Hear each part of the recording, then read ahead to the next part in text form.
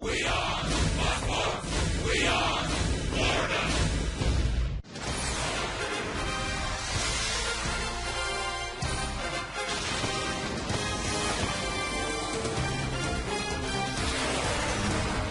For the final day, the Florida Marlins will play baseball in 2010. Closing day, the Fish would like to close with their 80th win. They're at 79 and 82. They've already taken 2 of 3 from the Pirates, giving the shirts off their back, the jerseys off their back promotion. And the Marlins ready to go. A win last night against the Pirates.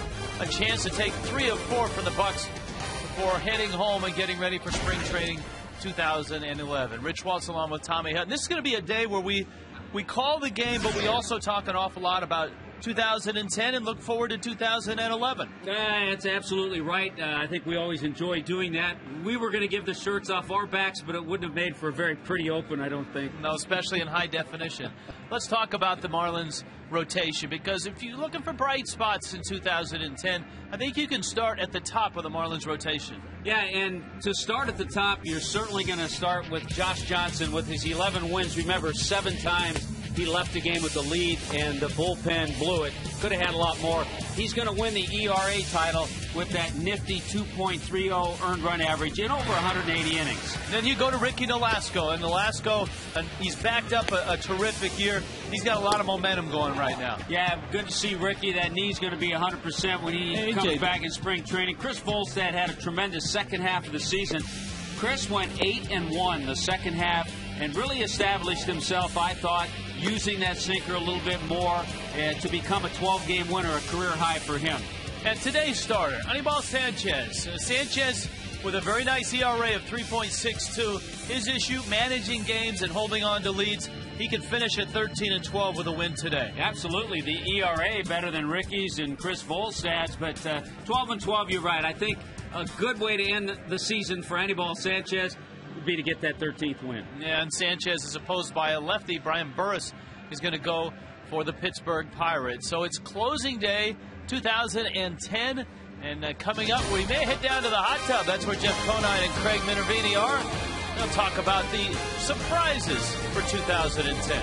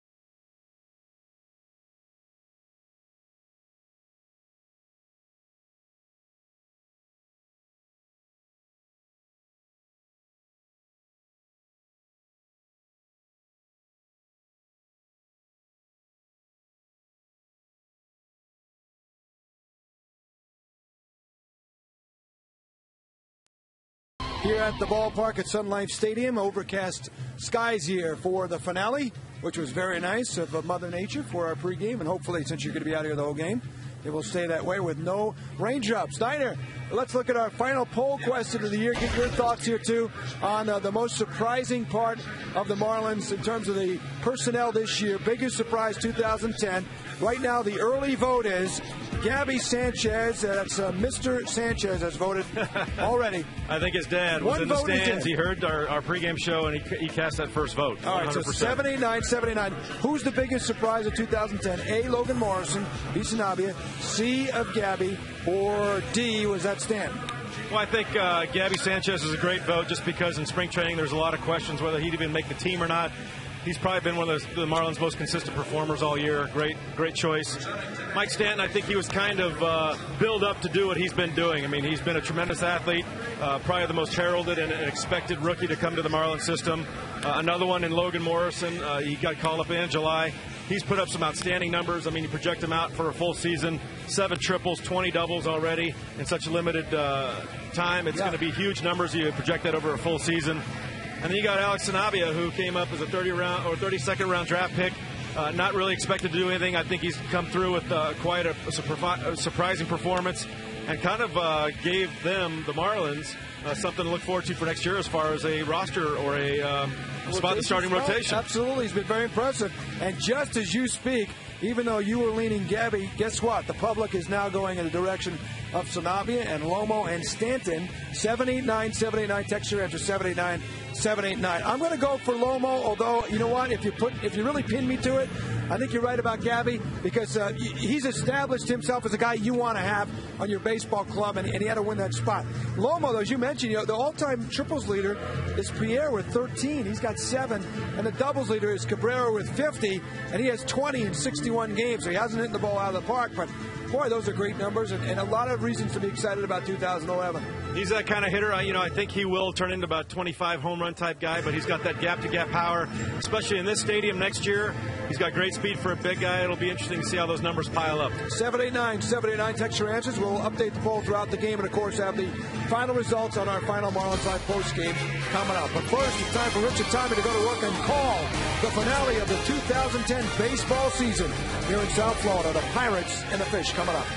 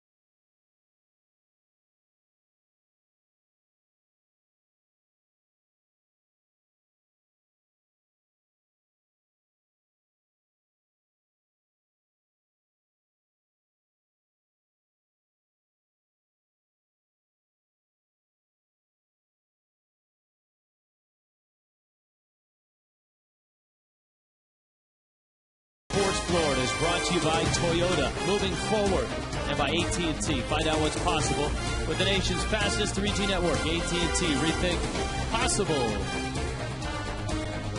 South Florida today, the Marlins and the Pirates finishing off the 2010 season. Here's the Pirates lineup. They come in at 57 and 104. Andrew McCutcheon's in center field. Jose Tabata is in left. Tabata's had a terrific year. He's at 302 going into this ballgame. They'd love to get Neil Walker over 300. That would be a Pirate record for rookies that has been set way back in the 1800s. Garrett Jones, Ryan Domet. Ronnie Cedeno a start. There's been an Andy LaRoche sighting. Jason Jaramillo's catching, and Brian Burris, the lefty, hits 9th. And, Rich, I really do think it'd be a nice ending to the season for Anibal Sanchez to pick up a win. He's had some games where he maybe could have won, where he's pitched well enough to win. Tough loss last time out in Atlanta. He went 6 2/3, gave up 7 hits and just 3 runs, but lost 3-2. Sanchez, a fastball to Andrew McCutchen, is up high. McCutchen following up a very good rookie season with a solid sophomore campaign. And he goes after a fastball and fouls it back. What's the mindset, Tommy, for players on the last day of the season? Are their minds on their trips home, on their seasons past, padding their numbers one more time? I think all of the above. I think there are some, especially those who maybe aren't in the starting lineup, that are thinking about that airplane flight home. Some that's been a long season for. I think there are others. You mentioned Neil Walker. He's at 298. He'd love to finish at 300. So he's thinking about that. So individually, there are some thinking about maybe not padding stats, but getting to certain numbers. Jose Tabata trying to remain over 300 for him. Yeah, Tabata and Walker, if they're able to finish over 300, they'd be the first pair of Pirate rookies to do that since late 1800s. You know, another good example, Mike Stanton. Mike's at 259. Doesn't mean a whole lot, but I'm sure he'd like to get to 260. And Mike has 59 RBIs. So 60 is a nice even number. So just little things like that will get you motivated. As you noted for Sanchez, the tipping point of a 500 season is at hand. If he wins this ball game, he's 13-12. If he loses this game, he's 12-13. Sanchez making his 32nd start. 189 innings this year. He has blown past his totals of the last 3 seasons combined. To left, Morrison is there. Sanchez with a changeup to get that out. Here's the Marlins defensively. Right now, the outfielder's happy that there's a little cloud cover with Morrison, Bonifacio, and Stanton in that outfield. Wes Helms starting at third. Ozzie Martinez, he's had a nice series against the Pirates. Uggla and Gabby on the right side. Brad Davis is behind the plate. Well, here's Walker.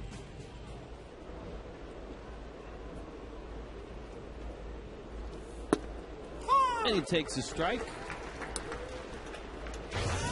1899 is the last time the 2 rookies for the Pirates were over 300. Jimmy Williams and Ginger Beaumont. Give me those names again. Yeah. Good first inning. Ginger Beaumont would have been proud of that. The Marlins coming up in the bottom of the first against the lefty, Brian Burris.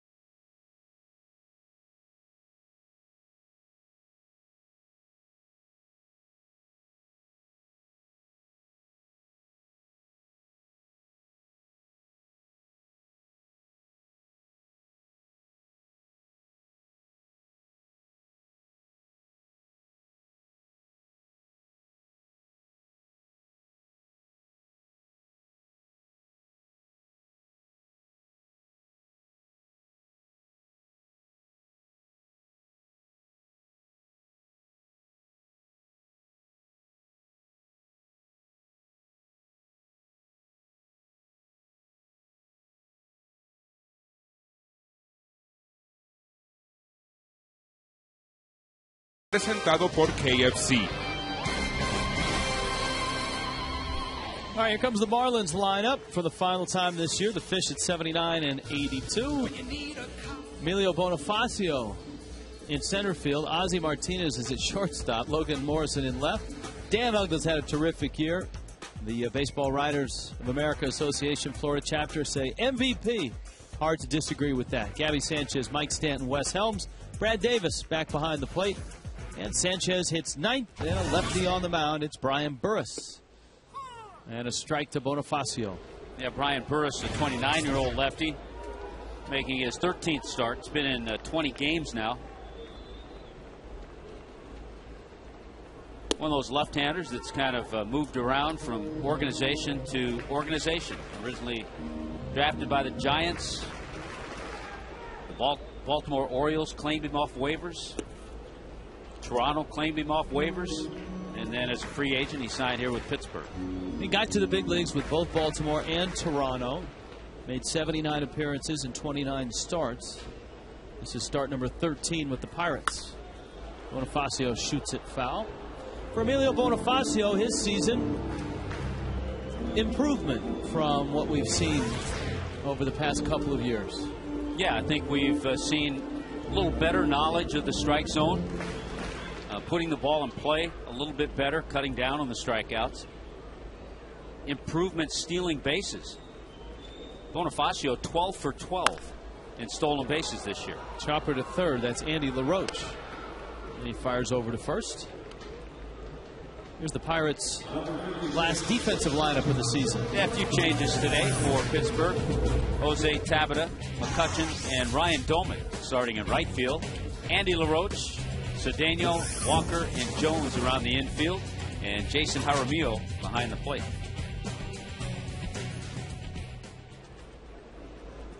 Ozzie Martinez now. 4 hits in this series. Has hit in all 3 games. Ozzie getting the start at shortstop. With Hanley Ramirez being on the shelf for the last two and a half weeks of the season. Ozzie's had a chance to play. He's played well. Hits that ball to right, and it's by the right fielder, Domet. Ozzie's on his way to second. Domet kicks it. Ozzie's on his way to third. And he's got himself 3 bases, whether it's a double and an error or a triple, we'll have to wait. And it's a triple. Yeah, either way you look at it, Ozzie Martinez has made quite a nice statement here toward the end of the season. A 4-game hitting streak now, 6 for 14 in this series, and drives that ball with a little authority to the opposite field. He never really hesitated around the bag, so Domet, who primarily is a catcher, bobbled that one a little bit, but Ozzie gets the triple. And now let's see if Logan Morrison can pick him up. As we talked about in the first 2 games of this series, the field right now is playing incredibly quick. The infield dirt, and outfield very fast. The conversion over to football, the grass is short and hard and dry. And so most ground balls we've seen have been scooting through the infield. Yeah, and right now the infield is about halfway. They're not really all the way in, but they're not all the way back either. It was a lefty that got Lomo off the rough patch a bit when he opened this series. And Lomo had a double in last night's game, his 20th double of the year. There's Ozzie. Lomo looking for RBI number 19. Burris. This is down low. Vic Carapazza, a rookie umpire, who we've seen before this year and had a very good game when we saw him behind the plate. Yeah, saw him a couple of weeks ago, and he was very consistent back there. Rob Drake's at first, Joe West at second, Angel Hernandez at third. Lomo fouls it back. Do you expect on the last day of the season big strike zones and aggressive hitters? Sometimes you see hitters a little more aggressive. Just to talk to you about Logan Morrison, though, and hitting, here we are on the last day of the season. I was looking for Lomo. I couldn't find him in the clubhouse. Guess where he was? He was in the batting cage. I saw him getting off the press elevator, walking into the press box. He had to walk through the press box to meet some sponsors. That was after he was in the cage. 2-1 coming. Pops it up. And that's not going to get the job done. LaRoche makes the catch. Ozzie's still at third. And it's going to be up to Uggla to score this run. You know, we will go through the Marlins as this game goes on. We'll talk about Logan Morrison, but with Dan Uggla stepping up, the big question surrounding Uggs is extended contract, long-term contract. Will he be here next year? it sounds like, and Uggla had this in the papers about 4 or 5 days ago, he said that he's optimistic that it will happen. Which, coming from a player who has put up the numbers that Uggla has put up, you take that as a good sign. Uggla said, is it going to get done tomorrow? No. He said both sides are talking, and he's optimistic it'll happen. Sitting on a 1-0 pitch. 32 homers, 102 driven in. Curveball's in. Our Toyota trend since 2006, Uggla has played in 96% of the Marlins games. That is 8th in Major League Baseball. Put that on the resume with all the other stuff, too. Absolutely. Little nicks, aches and pains, don't bother him. He's in the lineup. And you can't say that about a lot of players in the game. There are guys like Uggla and Chase Utley and guys that are in there grinding day in and day out.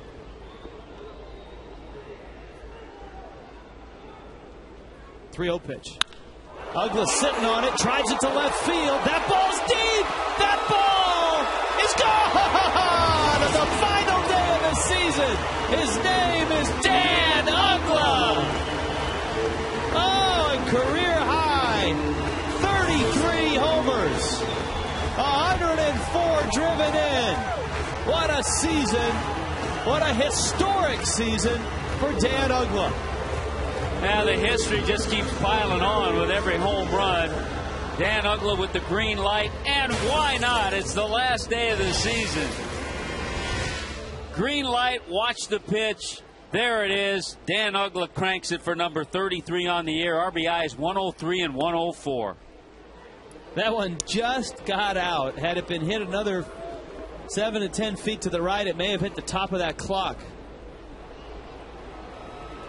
So the Marlins are off to a 2-0 start thanks to Dan Uggla.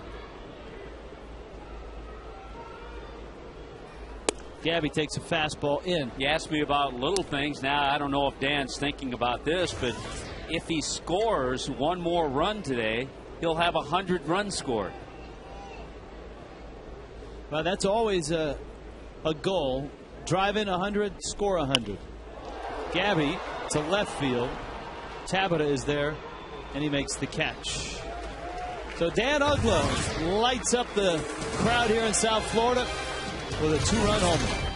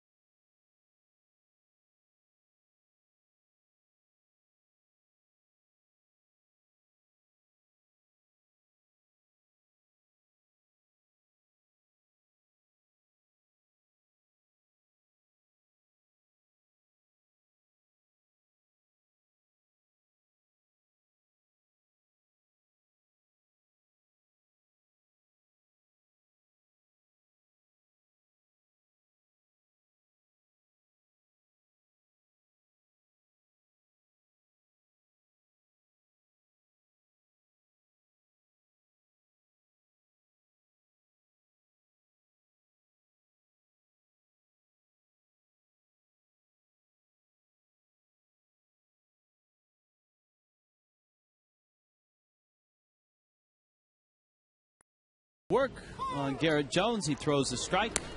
Jones for the Pirates at first base. Ryan Domet, the right fielder. Ronnie Cedeno, the shortstop. All due up here in the second.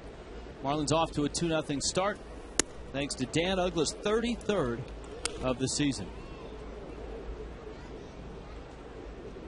Another thing, Tommy, Uggla trying to finish over 282.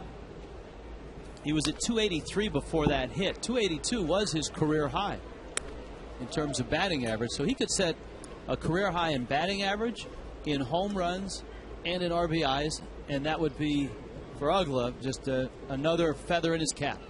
But I will say, and we've talked about it with Dan Uggla, all of those things that we've talked about, they're fun for us to throw out there. He hasn't thought about any of that stuff. He didn't know about 100 runs. There's some players that do, you know, with batting average, with RBIs, with runs scored. I guarantee last day of the season, he's just out there to play like he normally plays. Well, you're right about that. There are players that, as they get to the end of the season, will look to see where their average is. You know, usually it happens on the last day or two of the season. If you're right over 300, oftentimes a manager will sit you down and give you an opportunity to finish the season at 300. Or if you're, as you noted, just one tick below 300, you want to get up there and try to get that hit.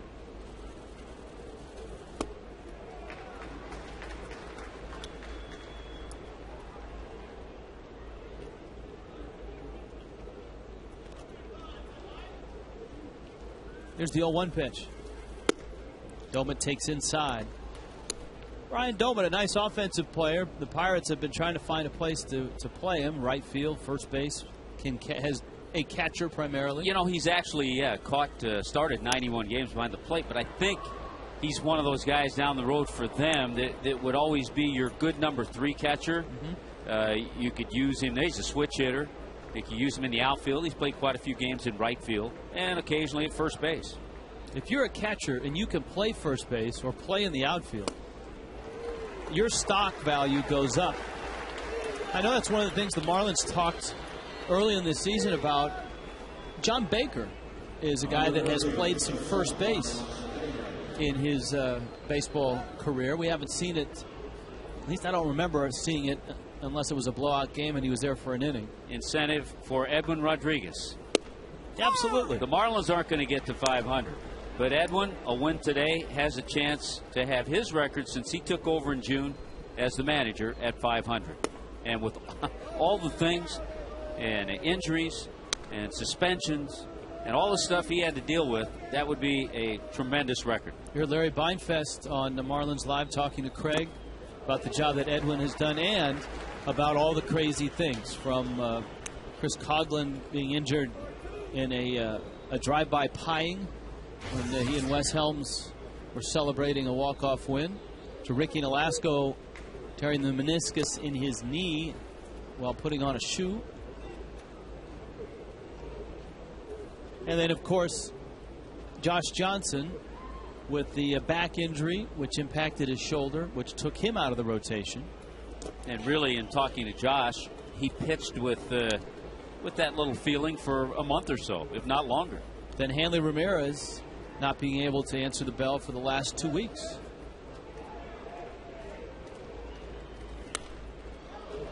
Compounding that, the struggles of the bullpen this year, which has been an ongoing saga for the Fish. And the players that were called up, the Marlins were forced as an organization, to be quite honest, to call up players who weren't ready to be here. And Edwin had to use them in games, out of that bullpen especially. All indications from Larry Beinfest, from Michael Hill, even from David Sampson, is that it will be a busy offseason for the Marlins.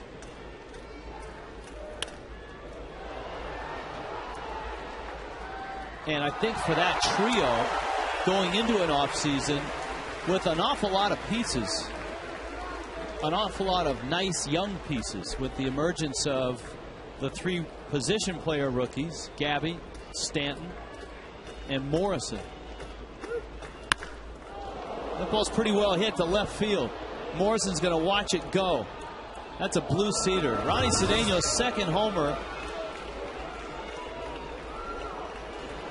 of the series, his 8th of the season. A 3-2 pitch. We've seen Ronnie Cedeno hit a couple of long home runs. The other one was to straightaway center field. And it's something that Anibal Sanchez has done extremely well this year. That's only the 10th home run that he's allowed this year. Of course, his last start, one of the more dramatic home runs he gave up, Eric Hinsky's 2-run pinch hit homer, which was the difference in a 3-2 loss to the Braves. You think about where the Braves would be had the Marlins been able to win one of those close games in Atlanta, especially the Sanchez start. The Braves would be a game back in the wild card going into this final day. Well, I know we'll have a chance. And certainly with 2 out, we don't have time to go through all the scenarios in the National League of what could happen today. LaRoche chops one out towards Ozzie. We shall do that when we return at a leisurely pace.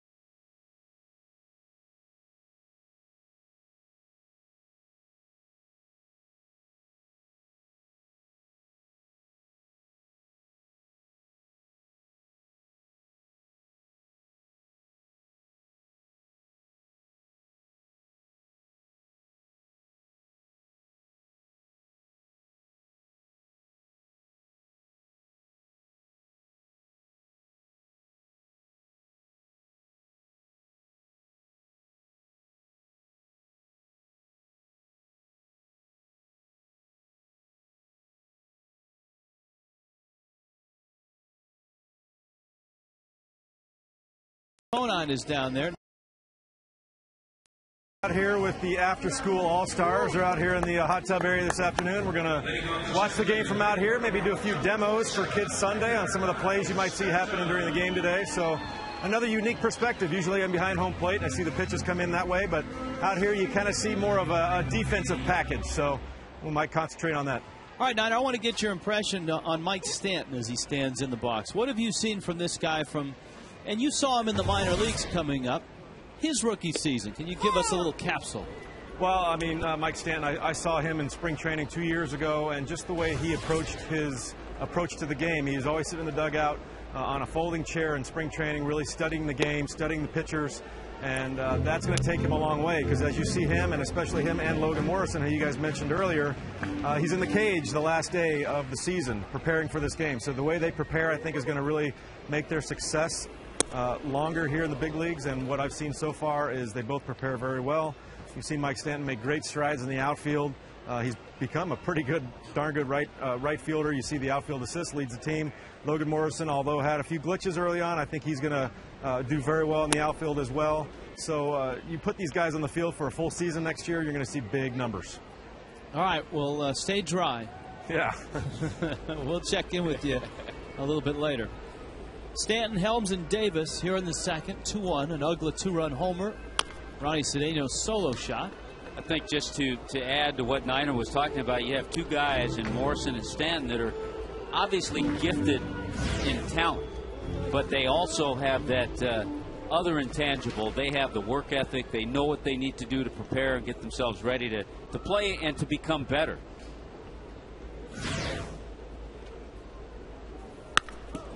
Boy, Stanton turns that one around.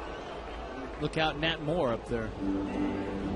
It counts 2-2. I think the other thing that has been impressive about Gabby, Stanton, and Morrison, And I think especially Stanton, because he's probably the most heralded rookie to come through the Marlins system since, Miguel Cabrera? Because we heard about him and saw him and were talking about him when he was 18. Maybe even more than Miguel Cabrera with all that was written and said about him. Stanton drives that ball out to center field, and McCutchen is there. There was no sense of entitlement when Stanton stepped in a big league clubhouse. It wasn't, I'm Mike Stanton, get out of my way. It was a humble rookie, as Niner pointed out, a guy with a tremendous work ethic and with his eyes wide open, ready to learn. And as you have pointed out many times this year, the best quote came from his AA manager, who said that, having watched Mike, if he makes a mistake, he will not make it twice. Well, he got everybody's attention. Stanton did in low A in Greensboro when he hit 39 home runs. And then his next year, divided between Jupiter and Jacksonville, hit 28 home runs. But you're right, no sense of entitlement. He earned his way here by putting up good numbers.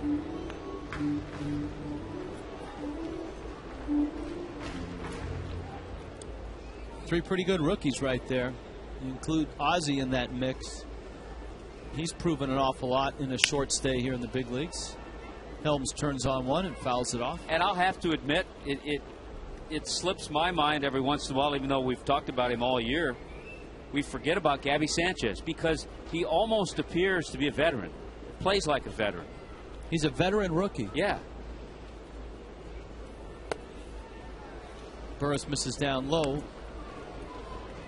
2-2 to Wes Helms. Helms has signed a contract for next year. So Wes will be around another season, and he has said that it might be his final season as a player, that he would like to get into coaching, managing, and stay in the game. Bobby Cox, when we were in Atlanta, talked about Helms and what a terrific baseball man he will make in whatever capacity he chooses. 2-2, chopper over the middle, cutting it off is Cedeno, and he throws Helms out. All right, give us now the scenarios, Tommy Hutton, that baseball is faced with today. Well, right now, as you see it, San Diego and Atlanta are tied. If by chance the Padres win today and Atlanta loses, San Diego wins the West and the Giants get the wild card. If Atlanta, this is an interesting scenario, if Atlanta were to lose their game today against Philadelphia, Davis with a roller. They could both be celebrating on the West Coast, San Francisco and San Diego. Yeah, they both would be in, huh? All right. We'll discuss more when we return. 2-1 Fish.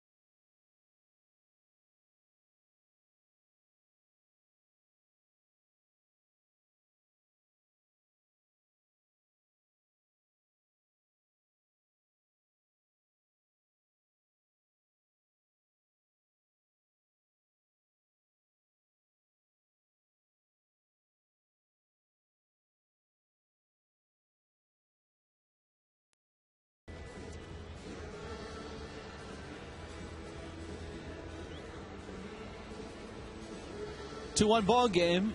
Third inning rolls around. Marlins on top. Anibal Sanchez looking for win number 13. Marlins trying to close out with win number 80. No chance for a winning season at this point. But 80 and 82 sounds an awful lot better than 79 and 83.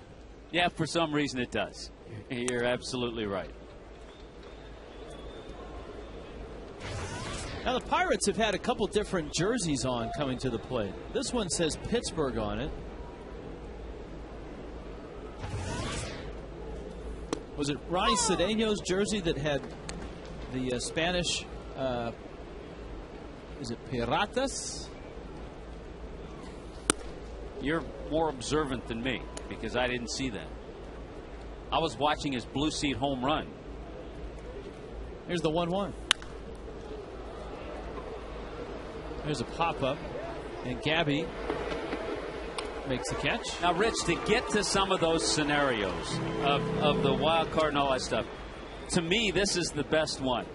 If the Padres win, if they beat the Giants today, and the Braves win, then San Diego, San Francisco, and Atlanta all have the same record. They'll finish with a record of 91 and 71. Now, what would happen? The Giants and the Padres would play a game in San Diego for the West title. The loser of that game would travel to Atlanta to then play for the wild card winner. And San Diego would get that home game because they have a better record against the Giants. And if Atlanta loses and San Diego were to beat San Francisco, San Diego would be the division winner and the Giants would be the wild card winner because of head-to-head. Yeah, it's incredible. It's a little easier in the American League East. The Rays and the Yankees go into play tied with the same record. There's the jersey you were talking about. Piratas. So Tampa Bay and the Yankees have the same record going into play today. They're just in, but they don't play each other. The Yankees are playing the Red Sox, and Tampa Bay is playing in Kansas City. So basically, they're playing as to who wins the East and who's the wild card. If it ends in a tie, Tampa Bay has a better record during the season against the Yankees, so they'll have the East title.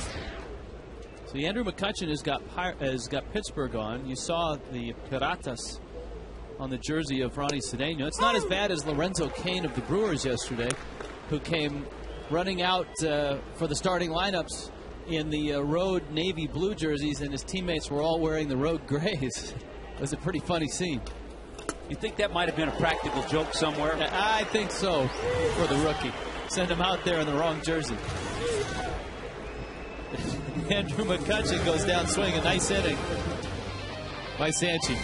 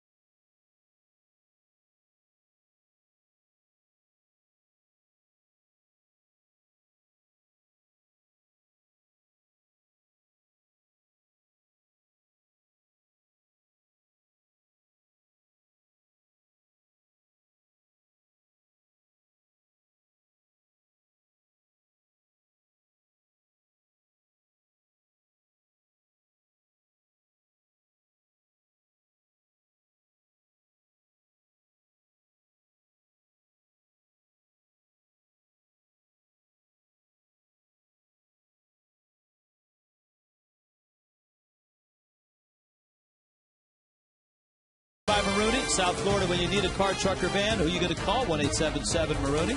By South Florida Ford, visit southfloridaford.com for great offers. And by Checkers, little place, big taste. Lunchtime at the ballpark. Marlins up 2-1. Anibal Sanchez takes a fastball from Brian Burris. And it's 0-1. The lefty Burris gave up the triple to Ozzie Martinez and the 2-run homer to Dan Uggla in the first. And that's it. It's not quite it, Rich, because we haven't gone through all the scenarios. If the Giants win, if they beat the Padres, and the Braves lose to the Phillies, they've already lost 2 to Philadelphia, then San Diego and Atlanta would tie for the wild card. And that would be decided in a 1-game tiebreaker in Atlanta. I think that's because they won a coin flip on that. Yeah. Well, they've started their ball game in Atlanta, and the Phillies and the Braves are scoreless in the bottom of the first inning. And I guarantee Bobby Cox wasn't planning. Well, he was planning, but was hoping that he didn't have to have Tim Hudson out there pitching this type of game today. Hamels, I think, is going for Philadelphia. Bonifacio drops down a bunt. LaRoche got him. That's a heck of a play by Andy LaRoche. He had to be absolutely perfect, and he was. Well, he showed off some great reflexes and a strong arm to get Bonifacio. You almost believe this is going to be a base hit. It was a little high in the air, and it came up a nice hop. If LaRoche doesn't get that high hop, he's not able to barehand it this way and get off the kind of throw that he did. But that's a tremendous play by Andy LaRoche.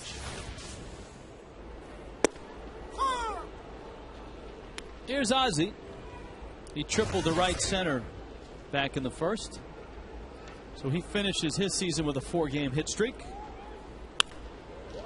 Taps that one into left field. And Jose Tabata is there to make the catch. Burris goes 1-2-3 through the fish in the third.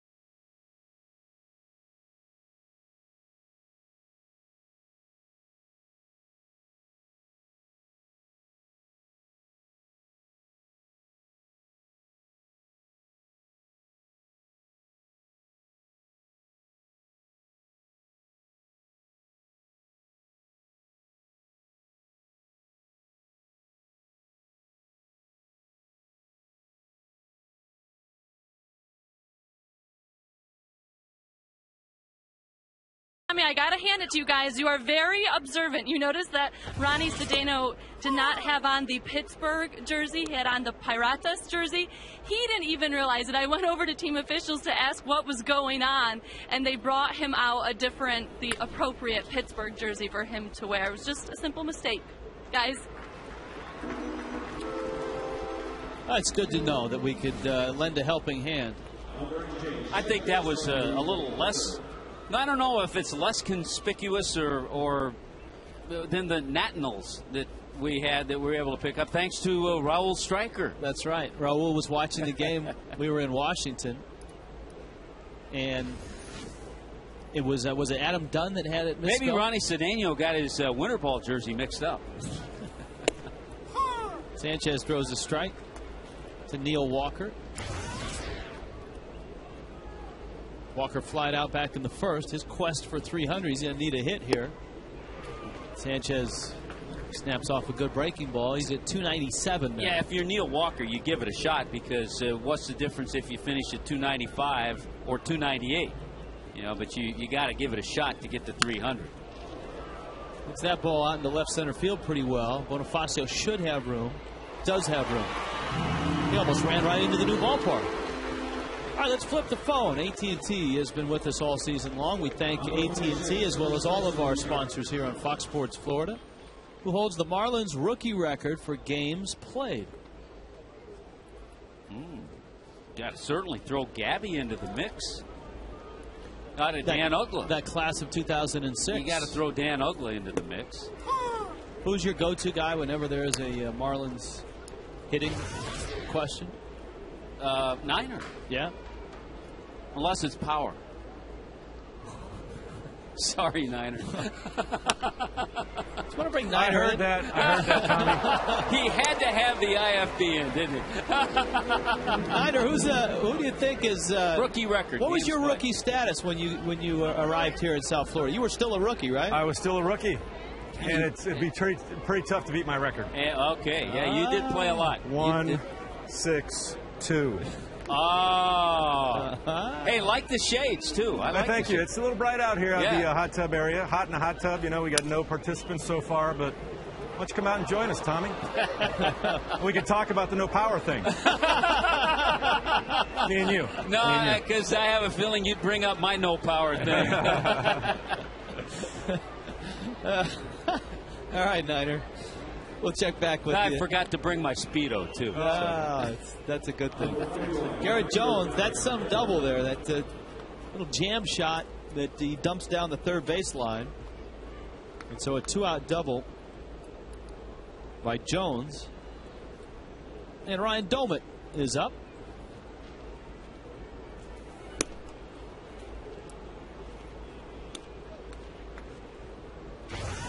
Domit struck out. Actually, I do have a question for Niner. Thinking about his career, and I think sometimes it's forgotten with players. Probably was. Were you ever on the DL, Niner? I was on the DL twice. Yeah, not much. I was going to say not much. Yeah. Early or late in your career? Late. I blew out a hamstring. Well, kind of midway. Blew out a hamstring, I think, in 2001. Missed a bunch of games there, and once in when I was with the Royals. Wes Helms! Lay it out, Wes! He makes the catch and finishes the inning. The tarp almost ate Wes Helms, but he holds on for a terrific catch. Get out of the way, security! Go get him, Wes!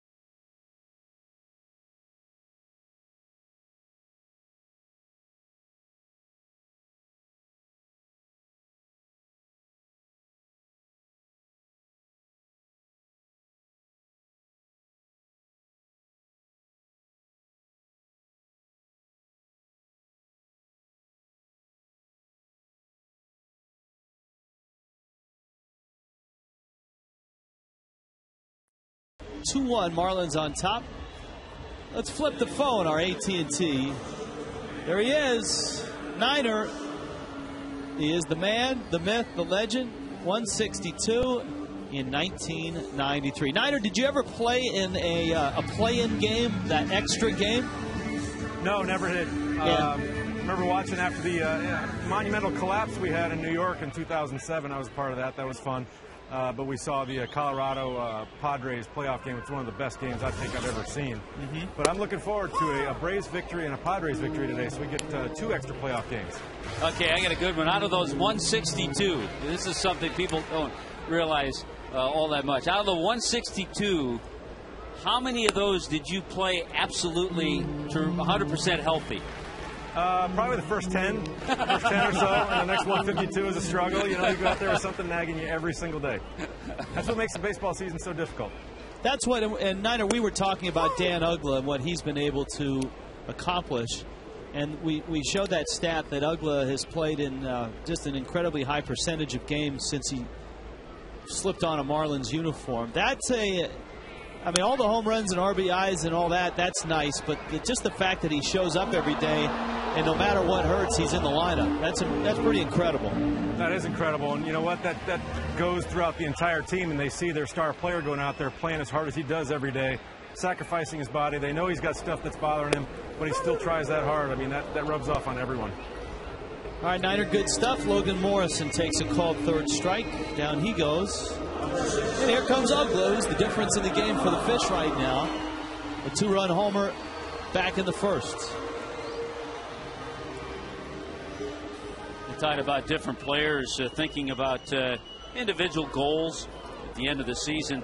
It was a tough finish for Ubaldo Jimenez of the Rockies yesterday, who was trying to win his 20th game. He's had a few shots at it. He's been stuck on 19 for a while. He went 8 shutout innings, gave up just 3 hits and had 10 strikeouts in St. Louis to leave with a no decision. The Cardinals finally won that game in the 11th inning, 1-0. One guy we haven't talked about on the show yet in terms of personal numbers, that's Josh Johnson, who is going to lead the National League in ERA, the second Marlin to ever do it. JJ a 2.30 ERA. Kevin Brown the first to do it.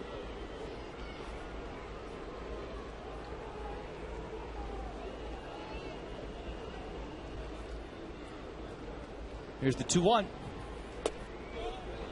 JJ, much like Uggla, is a guy that tried to pitch through an injury and pitched with that sore lower back for a good month until it started to bother his shoulder. Yeah, there was a period of time that you kind of sensed something was wrong because you didn't see him swinging the bat. And overall, with his, I'm surprised he even threw that many innings because of when he had to shut it down. But over 180 innings, the tremendous 2.30 ERA, and then the bad news, you start thinking about the 7 games that he left with a lead, and you also noticed more strikeouts than innings pitched. Gabby now fouls a pitch back.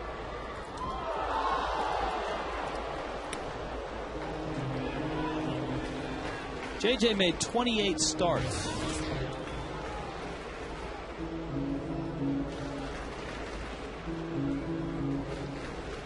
So if you divide his innings pitched by starts, he averaged over 6.5 innings a start.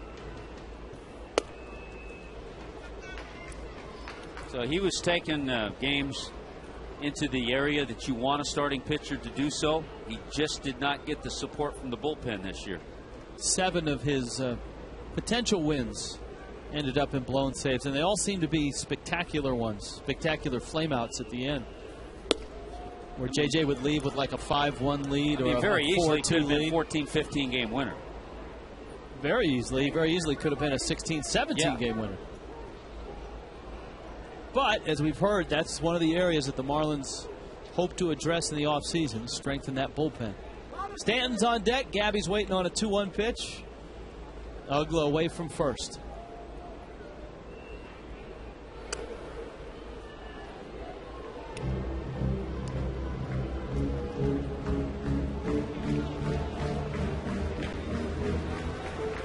Gabby would love to knock one out of the park. because he's sitting on 19 homers. 20 is a nice round number.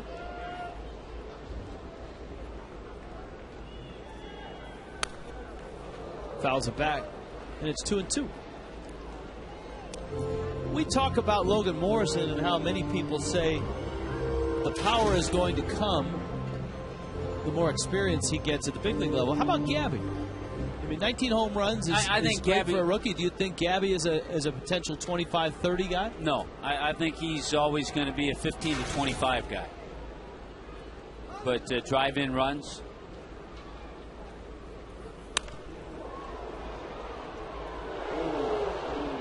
Hit doubles. That's 37 doubles this year.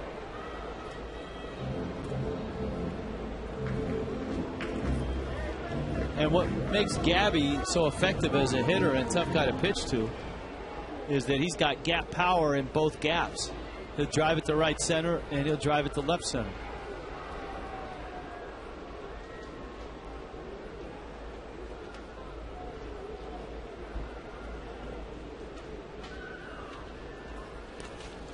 Ball in the dirt, and it gets to the screen. When you start projecting 2012 and the Marlins in their new ballpark, what type of hitters, what type of offense do you want?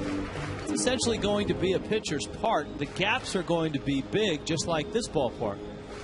So guys like Morrison, guys like Gabby are perfect guys to have in your lineup. Stanton, it doesn't matter how big the park is. Doesn't matter. They used to say a guy like Stanton could hit him out of Yellowstone Park.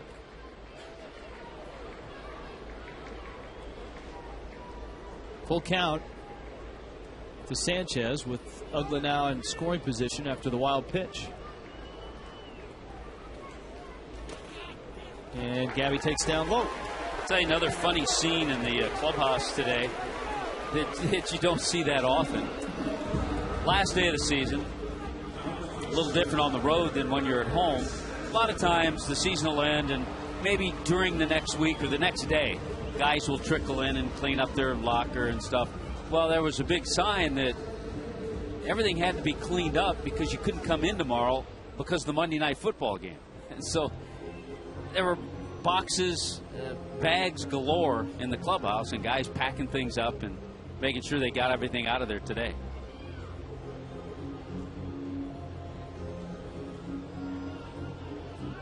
Ray Searage is out there. Vic Carapazza comes out and says, hey, let's go. It's the last day of the season. Umpires have flights to catch, too. Of course, the umpires, I'm sure, have been notified which guys are going on to the postseason to work the Division Series, the League Championship Series, and then the World Series. It all gets underway on Wednesday, and all the Division Series games will be on TBS. So good luck to TBS. A lot of compelling stories in the postseason in 2010. Stanton settles in, the first pitch. Burris tried to get a strike on the inside corner, and it's 1-0. Mike just 20. Will turn 21 in the offseason. Trying to extend a 10-game hitting streak and try to get that carried over for next year.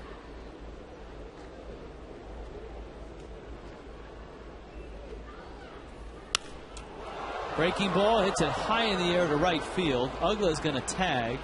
Domet makes the catch. He's a catcher, so he's got a good arm, and you see the throw is cut. Uggla holds it second. It's a good approach. I like the way Mike kind of stayed back on that breaking ball. He just got under it a little bit. He didn't try to pull it. And I think one thing we'll see in him, we've seen a few home runs to right field, but I think as we see him progress as a hitter, we'll probably see more home runs to right field because he certainly has the power. So you watch that swing and watch that, and it looks like just a pop-up to second base. But it ends up in medium depth right field. Yeah. You see him hit balls like that in batting practice, and you think he popped them up, and then you look and they go out. Helms now bounced to short his first time up. Burris says, need another primer on the signs. Jaramillo is out there. See, I know baseball is trying to speed up games. But I would like to see a limit on the number of times a catcher can go out and talk to a pitcher. In an inning, yeah. And I think sometimes it gets totally outrageous in the postseason. Would you do it one per inning, one per batter, maybe twice an inning? Twice would be tops. I mean, personally, I would say once, but twice would be absolutely tops.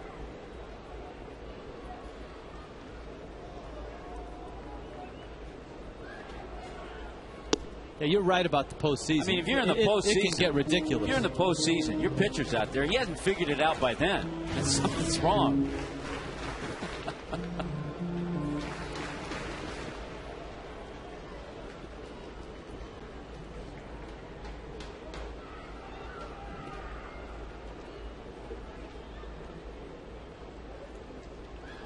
One-0. Got inside on Helms, and he sends LaRoche over towards the tarp, and it lands up in the seats. I'll say one thing, Burris has certainly slowed down the pace ever since he got into a little trouble and got some men on base. So far, Tim Hudson and Cole Hamels are throwing zeros at each other. Top of the third, Phillies and Braves are scoreless. And think the Padres and Giants have that game on their clubhouse out there? San Francisco? Nobody has a hit.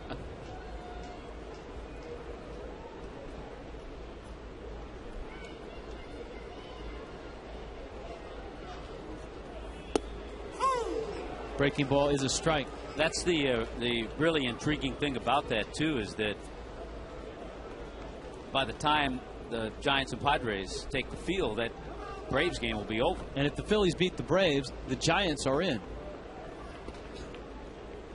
but not necessarily the Padres.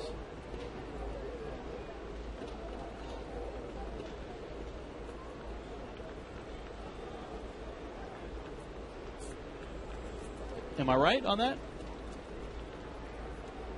Now, there's one scenario where both the Giants and Padres could celebrate. I'm going through the scenarios. Give me a moment here. There's a pop-up. Get foul. We need that scenario. It's out of play.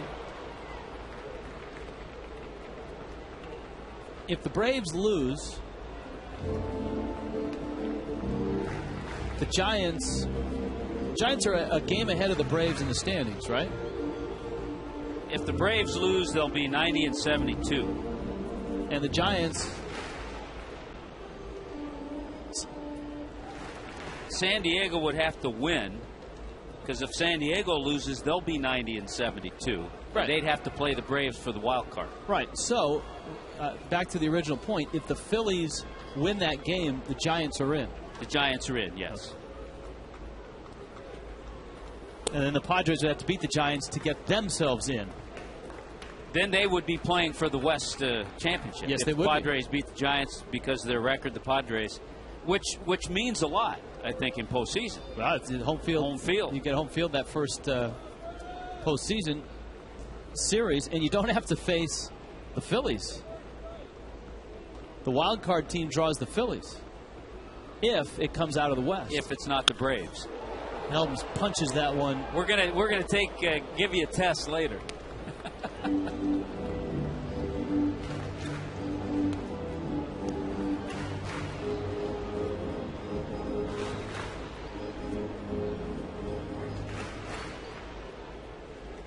Good battle here between Brian Burris and Wes Helms.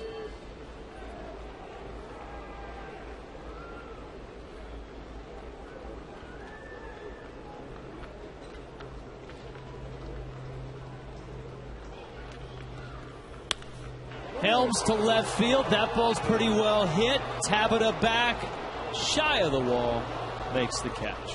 Marlins leave a couple. It's still 2-1 here in South Florida.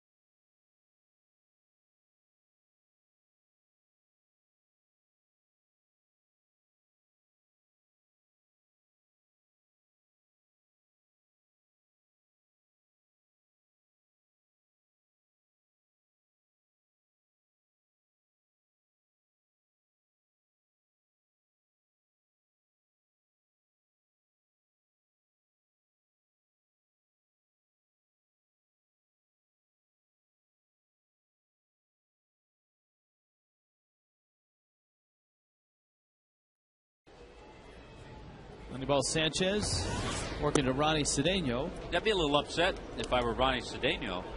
He had to change jersey tops. Yet he hit a home run with the other top on in the second inning. It's a strike. That one is not the Piratas. It's probably not the correct pronunciation. We'll have to ask Cookie and Raul. I would say Pirates. Pirates? Yeah. But it said Piratas. AS? Yeah. It was AS? Well, then it would be Piratas.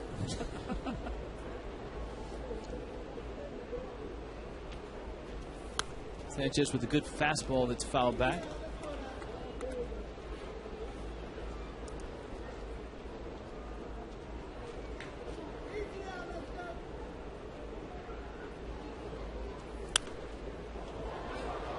Fouled up into the seats. Look at this. Philadelphia has a two-run pinch hit home run from John Mayberry. So he pinch hit for Hamels, who only pitched 3 innings. 2 innings. 2 innings, 30 pitches. Wow. You know who's warming up, though? Roy Oswalt. So Charlie Manuel's going to use this last game to get all his starters primed for the postseason. Oswalt's coming in. And it's 2-0 Philadelphia. I'll tell you what, if the Phillies win that game today, they will be the one team going into postseason with everything clicking. Yeah, I would agree. Struck him out. Good running fastball from Anibal, and he strikes out Cedeno. Anibal Sanchez has the pitch count down. He's been very efficient. He has not walked a batter. And that right there with a beautiful fastball is his 5th strikeout today. I'll tell you who got good news was the Texas Rangers. They've been worried about Josh Hamilton, who could win the MVP in the American League. And Hamilton was 3 for 5 with a home run, 3 RBIs. So they're getting him healthy this weekend. That is good news. And they're going to need a whale of a postseason from Cliff Lee if they're going to make any type of a run. Andy LaRoche. Of course, the Twins are still banged up, but the news is that Justin Morneau is starting to hit and feels much, much better. He's been on the shelf for a long time with the concussion that he got sliding into second, got a knee in the helmet. LaRoche walks, but the Twins will be without him for at least the division series. There's hope that if they advance, he might be able to come back for the league championship series. Jim Thome has kind of picked the torch up once Morneau went down and carried the left-handed power position pretty well. That was a tremendous sign by the Minnesota Twins. And maybe not so tremendous by the White Sox to not retain him. Liner, wow. That one almost got Sanchez. His hat came flying off. And the Pirates have runners at the corners. It's going to be a base hit for LaRoche. And I think an error on Emilio Bonifacio. Look out. Wow. Yeah, LaRoche would not have gotten to third if Bonifacio had not bobbled that ball. But thank goodness all is well, because that ball went right over the head of Anibal Sanchez. So Jason Jaramillo with a line drive single. Brian Burris, the pitcher, comes up. There's 1 out here in the 5th.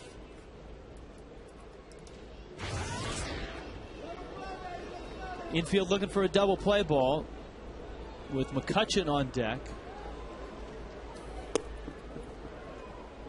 Yeah, Burris trying to move the runner at first base over to second. At least he was on that first pitch.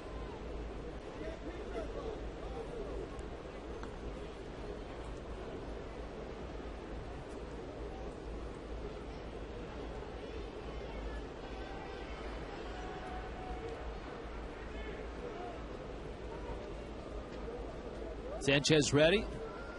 Here comes the 1-0. He fouls it back. ball and a strike. A little later on in the show, Tommy will have his picks for MVP, Cy Young, Rookie of the Year, Manager of the Year in the National League. We may throw some American League picks in Will we there. have your picks for those? I was not consulted, but I'll lob it. You can throw those in. No, and we'll throw the American League stuff in for a bonus. And with good reason. Fans want the expert analyst's opinion. The schleppy play-by-play guy, his opinion, not so much. Rich, your opinion is always well respected. Yeah, right. That's strike 3. That's my opinion. Oh, no, strike 2. See? Schleppy play-by-play guy. There you go. So it's 1-2. Not a lot of speed at first with Jaramillo. You've got LaRoche standing at third. Pulls it back and fouls it back, and it's 1-2. Just keeping my eye as well on that Braves-Phillies game. And it is Oswalt who has come in to pitch in the bottom of the third. Tim Hudson has gone 3 innings. He's given up 1 hit, and that was the Mayberry pinch hit 2-run homer.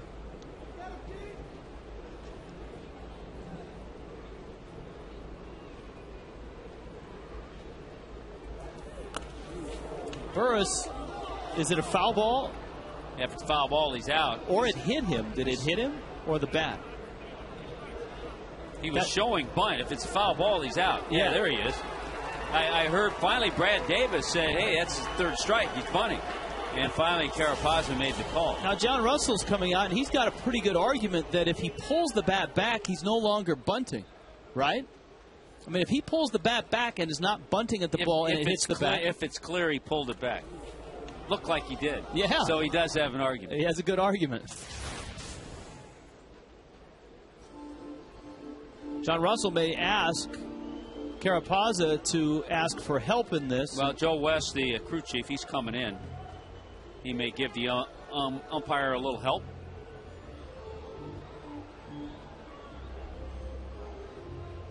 And finally, Joe has reached the site. Here's a look. Yeah, he pulled it back. So I think the Pirates have a pretty good argument.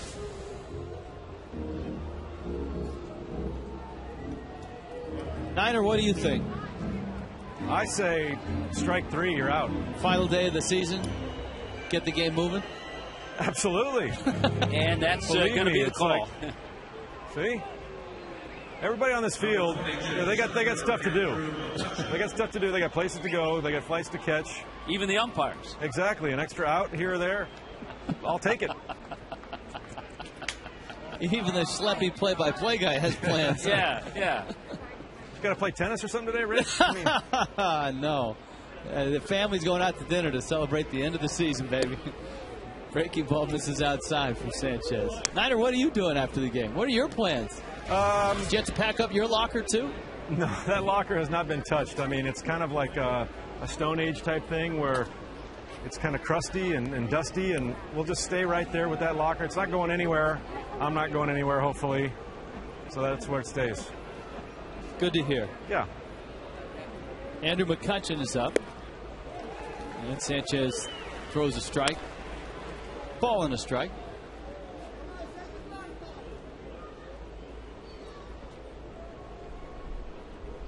McCutchen has flied out and struck out. Sanchez trying to wiggle out of this 1st and 3rd spot.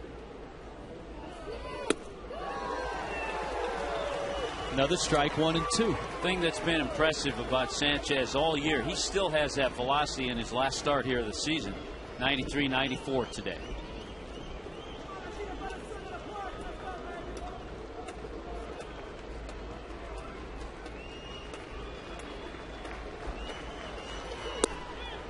Misses away.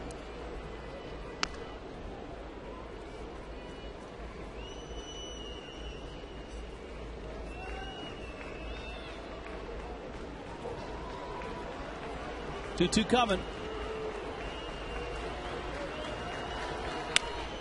Little tapper. This might be trouble. Ozzie charging, throwing. He's safe. Game's tied.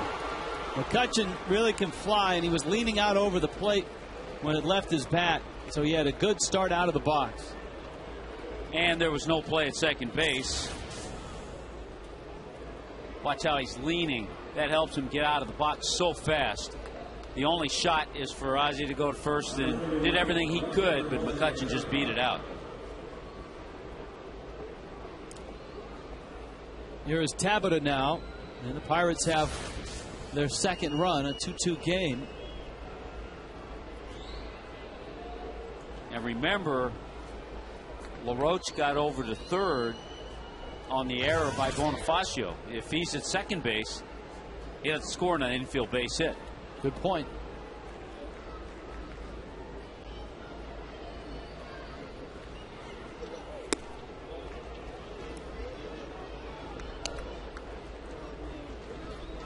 Breaking ball misses up.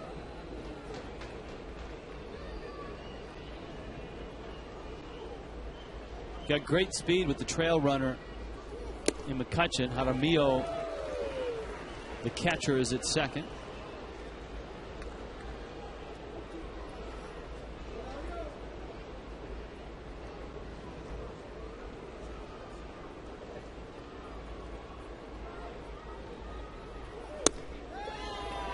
Tabata couldn't check his swing. 1-2.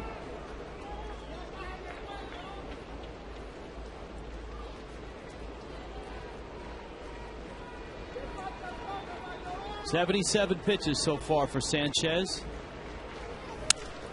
Fastball, ground ball. Gabby has it. Pirates get a run, tie this game at 2.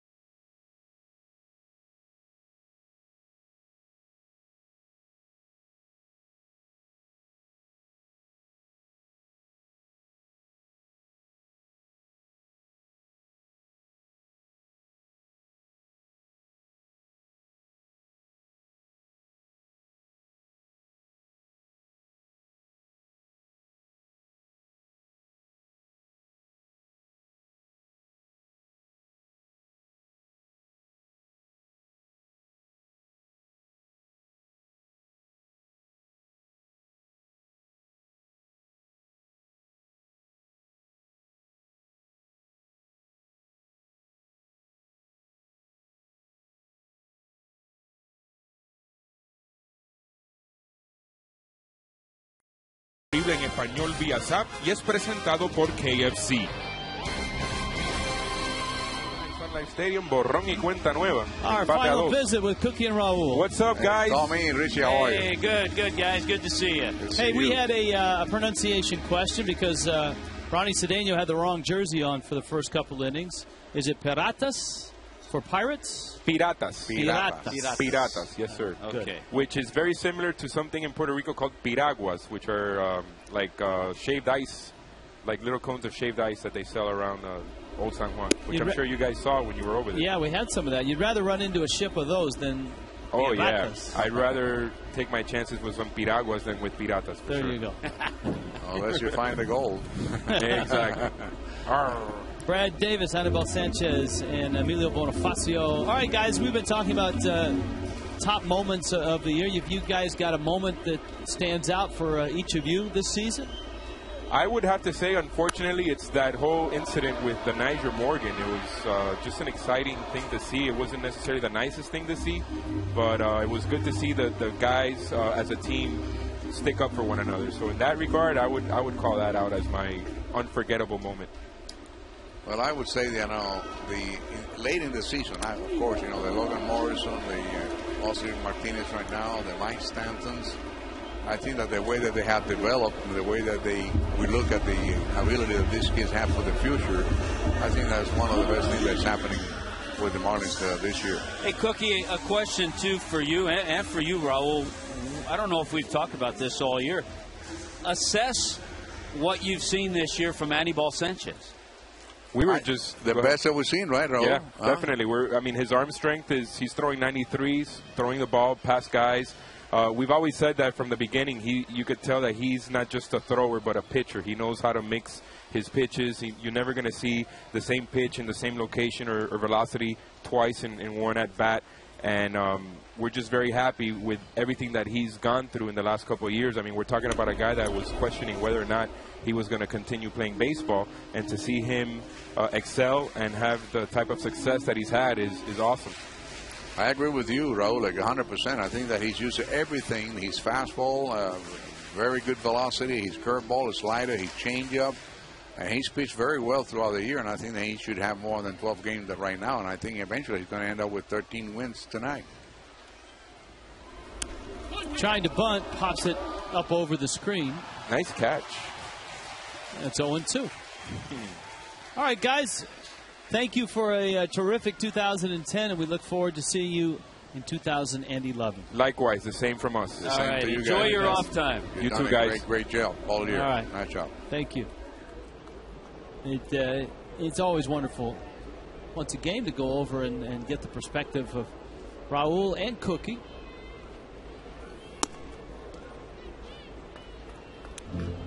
Especially Cookie, a guy that had a terrific... all of his experience in baseball. Terrific career as a player and a successful run as a coach as well. Counts 1-2.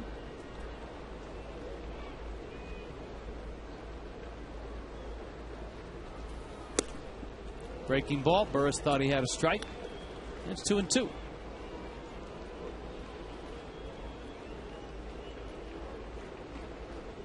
Jason Hayward has tripled in a run as they go to the fourth in Atlanta. 2-1 Phillies. And now it's Oswalt against Hudson, who's into his fourth inning of work. That's strike three call. Let's check in with Craig Minervini. Nice season by Craig Minervini as well. Craig? Hey, back to you guys. Emilio Bonifacio is coming up to the plate here. It's been an emotional year. I was talking with him before the game. He was languishing in AAA. Played much of the first half of the year there. He hit 274, but he told me one key for him. He kept positive down there and kept thinking about getting back ASAP. I think the managerial change helped him a bit. Edwin saw him play down in AAA, was really in his corner, and with some injuries, he's taken advantage of opportunity all over the field and really developed a nice little niche for himself and turned what was a real negative starting the year, seemingly going nowhere in AAA, to finding a role here and maybe a role for the future as well, being Mr. Super Utility guy, because he's done great really offensively and defensively. I think he'd still like to work on his bunt game a little bit. He had a good opportunity in the first part of this game. But I think it's been a nice year for Emilio, and he told me he's going to be playing once again for the Tigers of Licey. He enjoys playing winter ball in the Dominican Republic. This will be the 5th year that he's playing for them. He said, it keeps me in shape. I'll get about a month off and join the team around December.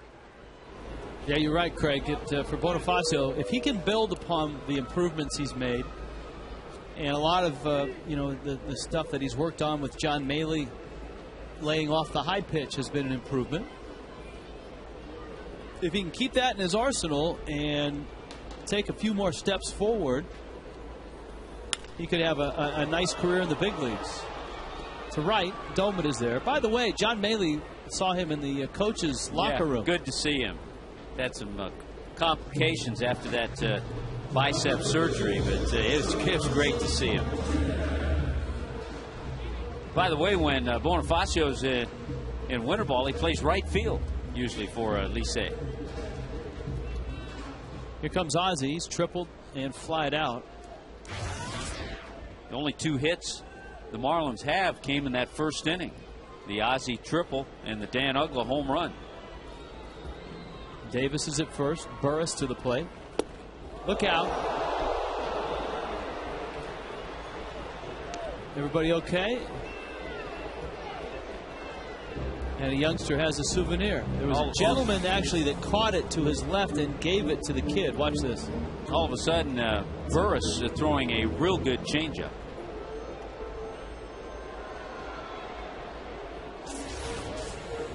Hopefully everybody's okay.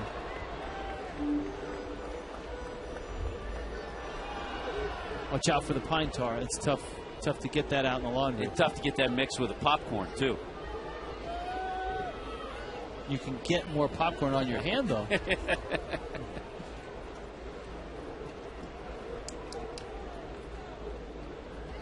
Burris out front 0-1.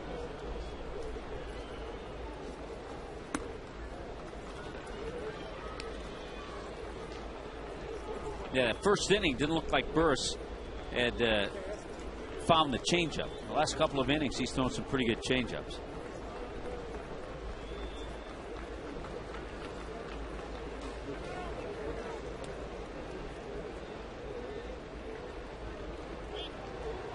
Both pitchers have slowed the pace down after rapid firing the first 3-4 innings. All of a sudden, with a 2-2 tie, each pitcher has kind of slowed things up.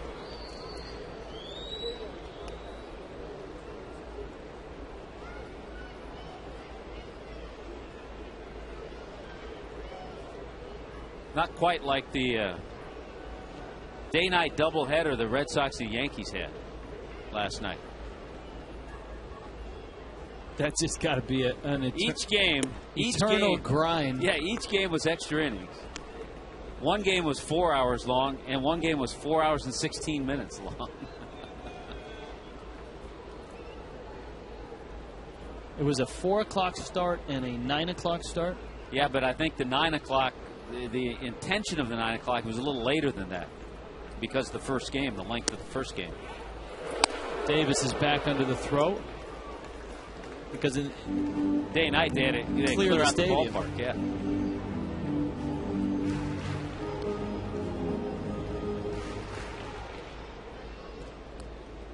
Count 2-2 with 2 outs.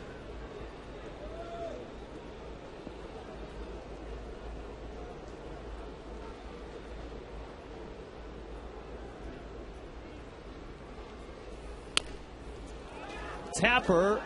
Ozzie hustling, LaRoche double clutched and still got him.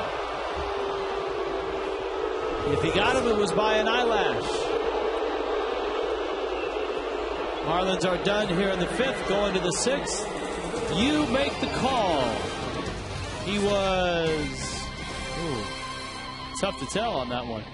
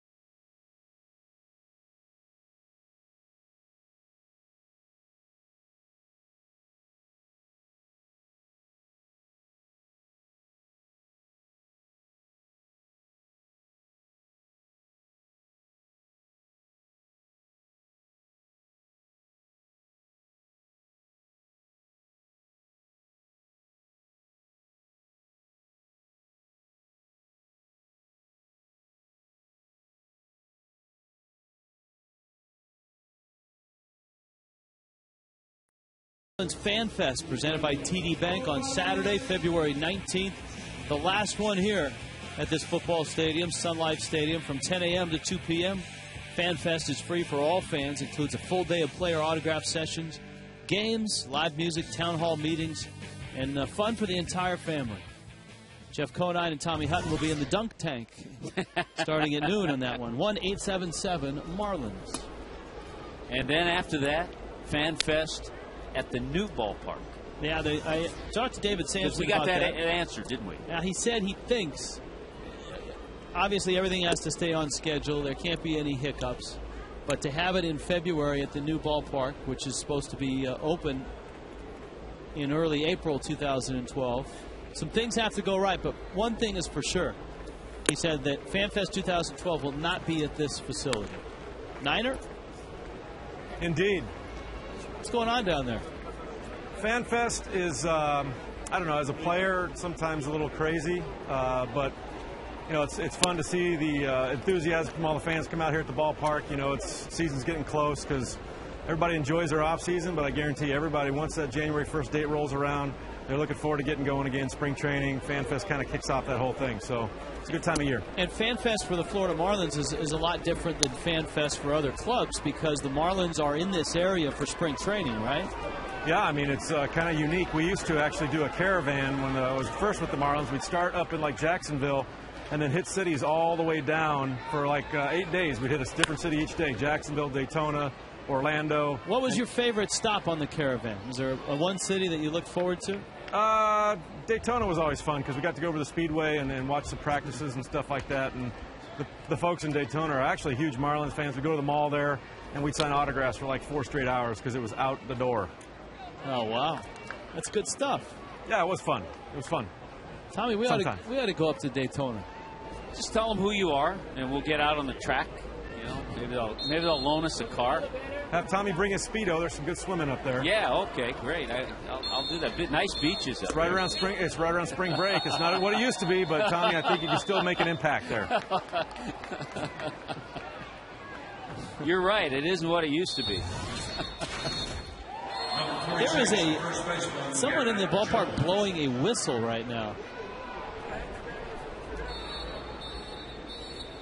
That would be DJ Petey, number 23. Is he actually blowing a whistle? He is actually blowing a whistle.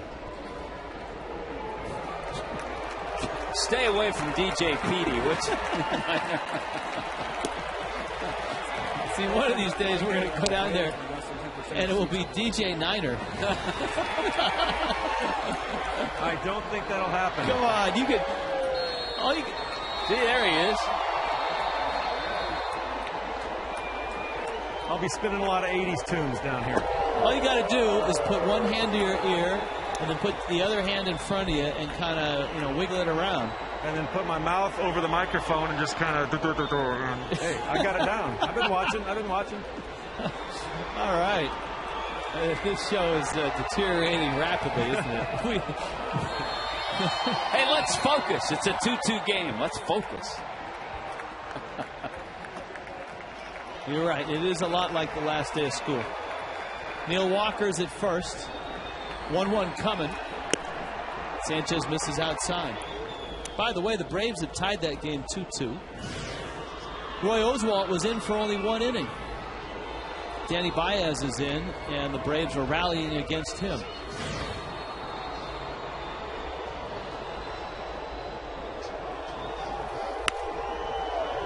That one line foul. The attendance, 30,135. Good turnout here for the last day of the season.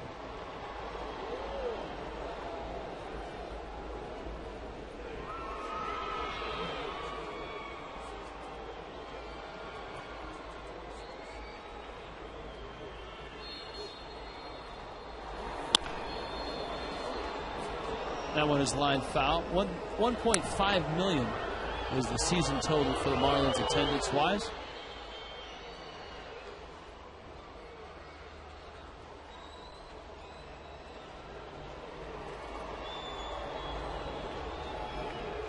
I just anticipate, and I know we all do,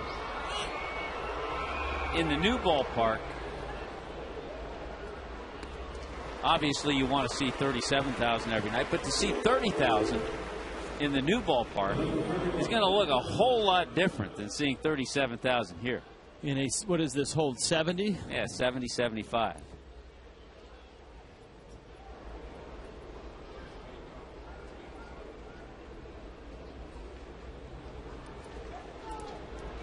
And the letter countdown is down to 81. that's another milestone that the Marlins have reached today.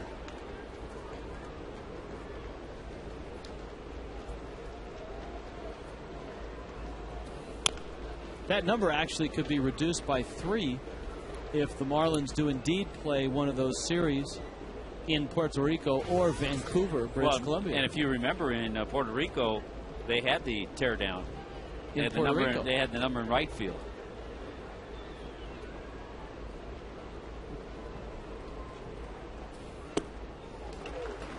Ryan Doumit with a big swing and a miss. The hopper getting loose. You have the feeling this could be the last inning for Anibal Sanchez. Yeah, he's a guy whose innings load has really gone up just simply because he's been healthy. He's going to be at 194 innings on the year.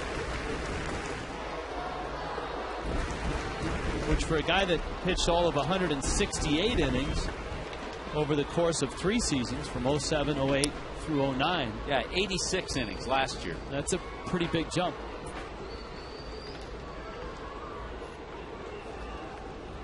So you'd love to see him finish things off. He's pitched very well at home. His ERA at home this year, 2.73 coming into today.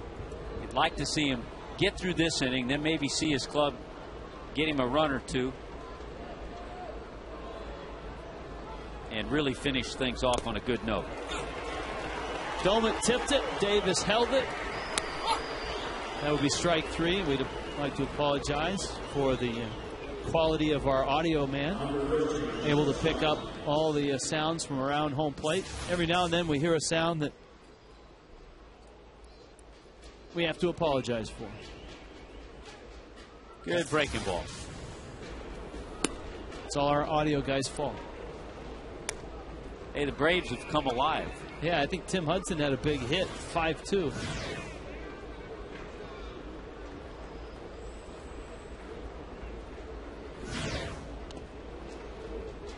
Omar Infante with a 2-run triple.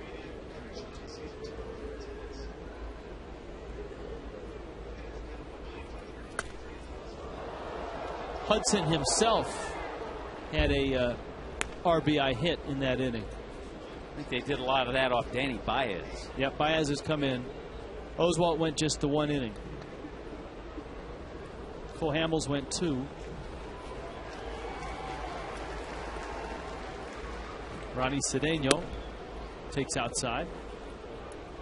So you're right. I'm sure in both the San Francisco and San Diego clubhouses, they're watching that game.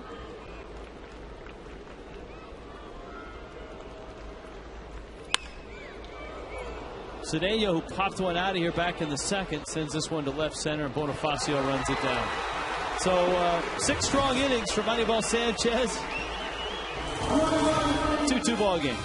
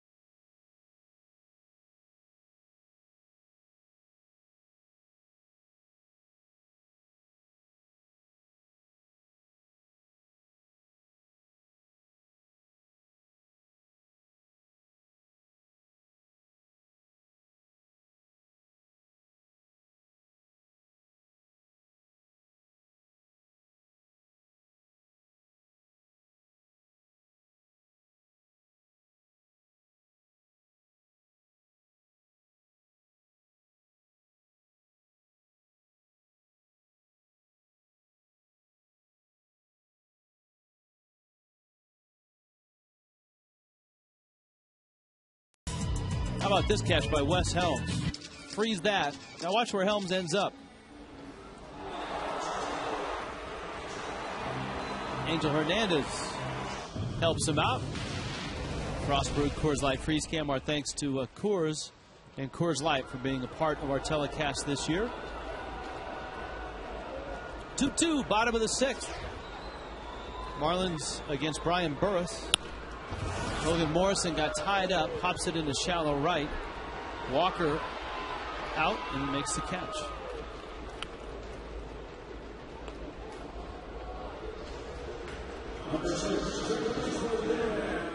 Here comes Uggla.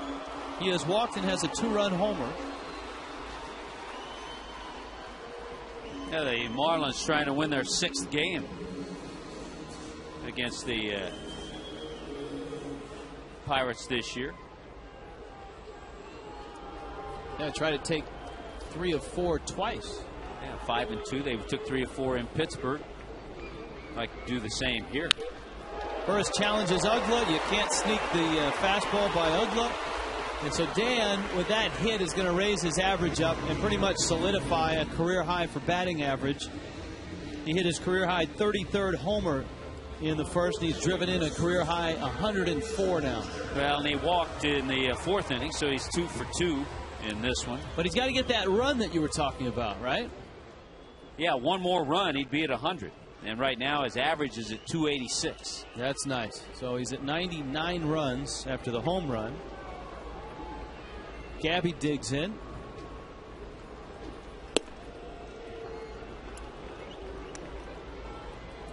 Well, now that Gabby is settling into the box, Tommy Hutton was charged with selecting all the major award winners in the National League. I want to get this out front, that our producer today sent me a text for my picks. And AJ wanted me to text him back with the picks. And there's my Rookie of the Year pick, is Gabby Sanchez. But I did not want to text and drive at the same time. So I was able to get off to the road in about 2 minutes. I got the text off to him while I was waiting. Got it taken care of. That's a tough hop. And Gabby is going to pick up a base hit. So Rookie of the Year, you're going with Gabby. I'm going with Gabby. We see him firsthand. Unfortunately, I don't think he's going to win, because anytime Jason Hayward or Buster Posey gets a big hit, it's out there in the front because their teams are right there in the hunt. But I think Gabby, as a rookie, and in a lot of other years, he would win Rookie of the Year, has had a strong, steady rookie season. Our Geico quote of the ball game from Gabby on winning Rookie of the Year. If it were to happen, it would mean a lot if it does happen. But if it doesn't, I'm not going to think I had a bad year because I didn't. There are a lot of rookies who have had unbelievable numbers, and that's I think he echoes just about everybody. I saw Phil Rogers call him this morning, just talking about how can you overlook a guy like Gabby when guys like Posey and Hayward have been in the headlines. Yeah, Hayward is going to get votes because he was early on the favorite and has had a tremendous rookie season. Buster Posey because of the position he plays. And the impact he's made on the Giants. Yes. Stanton fouls it off. And Jaime Garcia, the young left-hander with St. Louis, will get some votes. But I think Hayward, Posey, and Sanchez will be in the top 3. If you go even deeper, you can go with Starlin Castro of the Cubs, deserves recognition. John Axford of the Milwaukee Brewers. A strong rookie class. Johnny Venters of the Atlanta Braves. Chris Johnson of the Astros hitting over 300. Yeah, there's a guy that has been overlooked. Yeah. As well. Ike Davis had a pretty solid year for the Mets at first. Castro at 300. Jose Tabata came into this game hitting 302. So yeah, a very strong rookie class here in 2010. As we said the other night, if you give this guy another month and a half in the big leagues, he might win the award.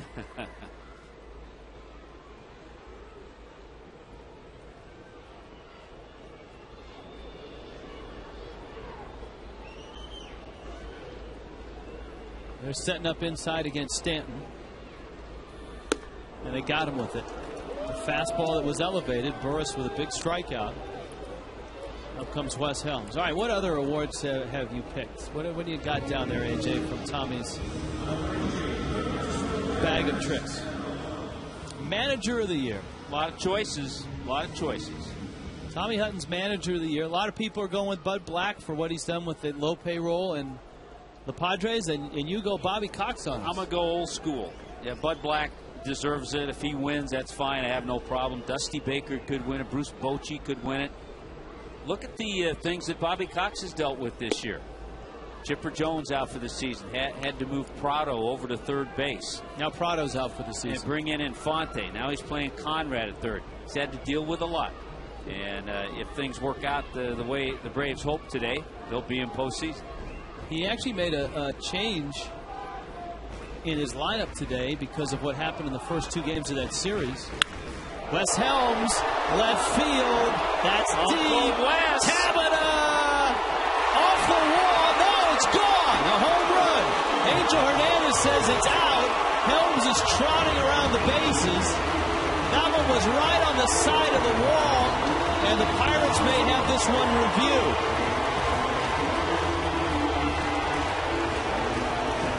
John Russell is coming out.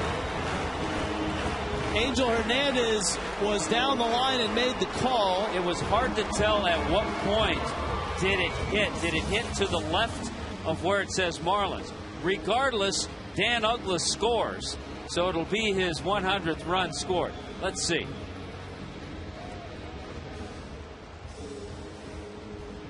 Oh, wow. That's not a home run. Unless it hits something on the way down. If it hits the wall outside the wall on the way down, it's a homer. But you're right, it hit the side of the wall, and if it comes clean down onto the field, I think they're going to go. Did it hit in here?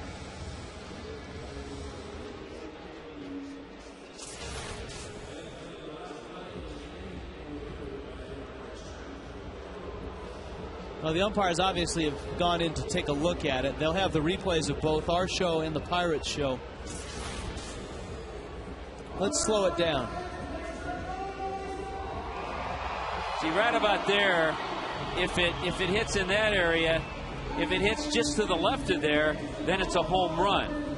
But it appears that it hits right there on that wall. It says Marlins, and that's part of that high wall, the fence, that you have to hit it over. Let's see if we follow it. If it hit anything else, it goes out of the camera frame. I think it just comes back down on the field. I think you're right. I think that's going to be a double. But you never know. So a couple of inches left. Yeah, it just comes right down.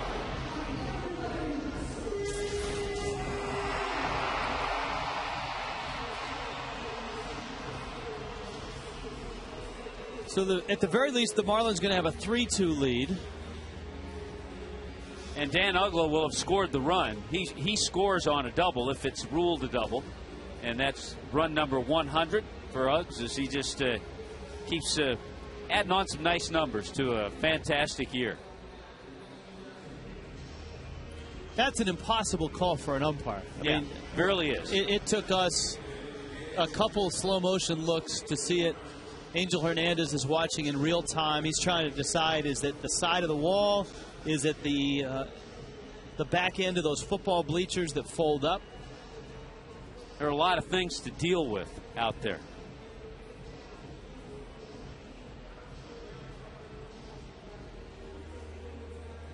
Well, Uggla can relax. Gabby may have to put the helmet on and trot back out to third. Ugg's got the good look today. You know, he's working on that winter cut. The Wolverine look. World Series watch party at Duffy's. Game 1 Wednesday the 27th. Game 2 Thursday the 28th. You can meet Billy and the Mermaids, win tickets to Marlins Opening Day 2011, and enjoy great food and drink specials at Duffy's. 1-877 Marlins, the number to call. And again, with that high wall, you got to go to second. A lower wall, that ball's a home run, easy. Think of many other ballparks in the league where that's a home run. Gabby trots out to third. Edwin's going to come out. Now remember, he can't argue. He can get an explanation.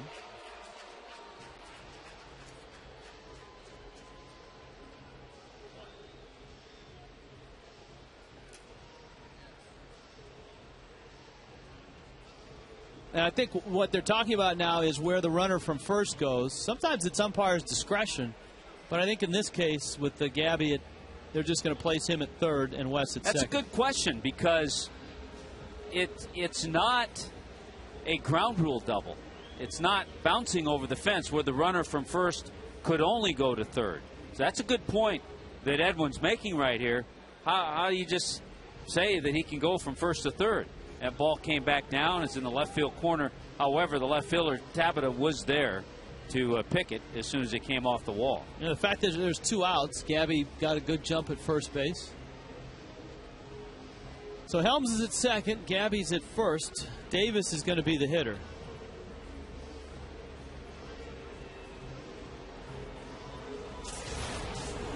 Now Edwin.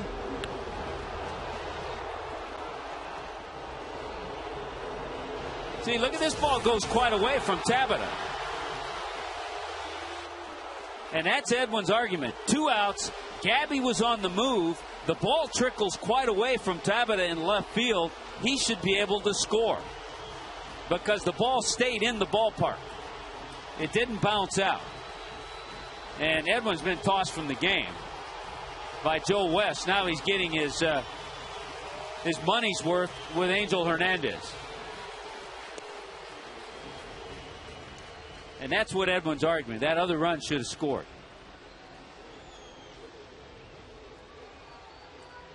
Yeah, you cannot dispute an overturned call, whether it's a home or a double. But obviously what Edwin is talking about is the placement of the runner from first base. And there were 2 out. And I think if there was 1 out, you wouldn't have the same argument.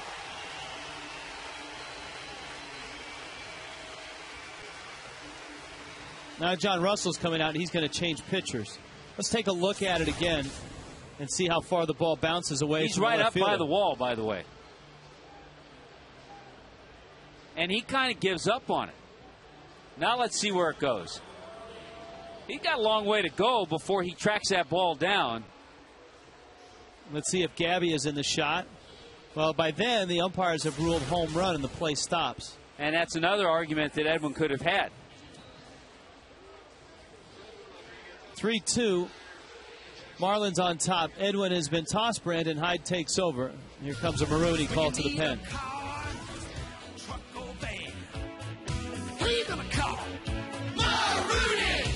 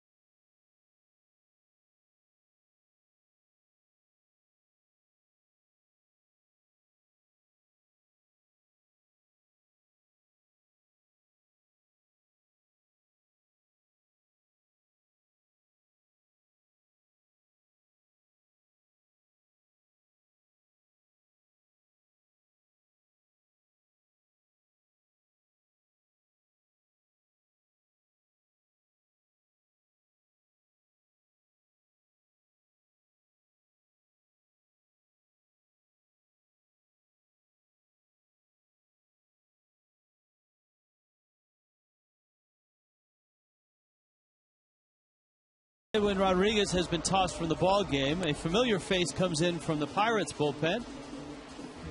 Randy St. Clair along with Brandon Hyde will be managing the team, but certainly they'll lean on Randy St. Clair. Yeah, it does really bring up an interesting argument as Chris LaRue, formerly with the Marlins, comes in to try to get an out here. The fact that if you're Gabby Sanchez and you're going hard with 2 out, you see that ball bounce back into play, and then all of a sudden you see the umpire circle home run, what's your instinct? You're going to slow up. Right. Well, the play essentially stops once the so umpire that's rules what makes home it run. an interesting call. As Davis stands in, we're joined by Jeff Conine. Niner, your thoughts on that wild play?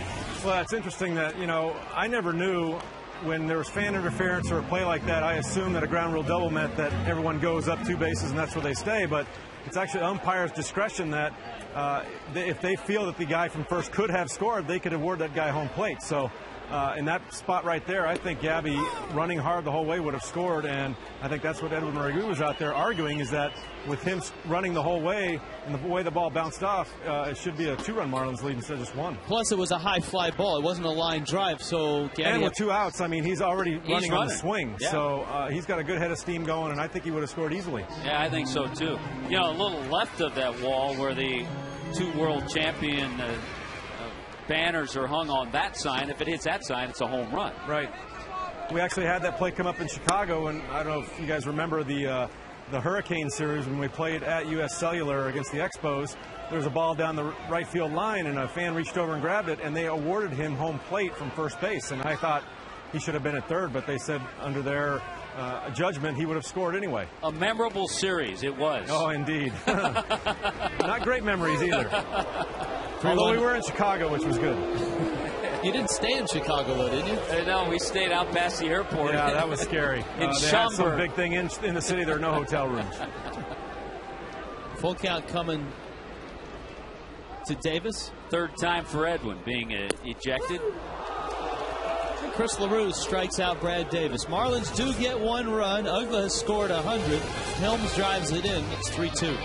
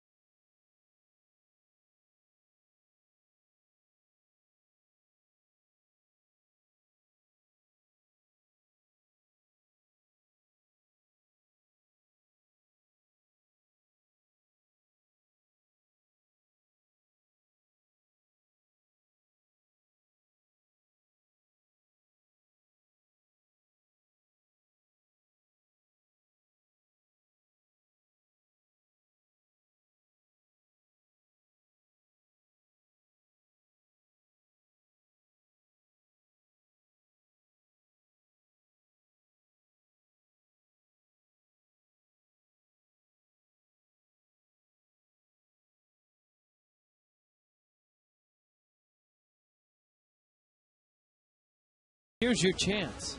Mark your calendars for the Mermaid and Manatees open auditions. Sunday, January 23rd at the Adrian Arts Center for the Performing Arts. Manatees registration, cut that out, begins at 8:30 a.m. and Mermaids registration will be at 11 a.m. And you have to be 18, Tommy, to audition. Visit Marlins.com for more information. I think you're just tremendous discipline in reading that. Your shot at being a manatee, a lot of it depends on not only being 18, but also your heft. Your ability to consume food. I think there is an all-you-can-eat buffet that is before and after the auditions. They had one last year, though, and there was nothing left for the after party.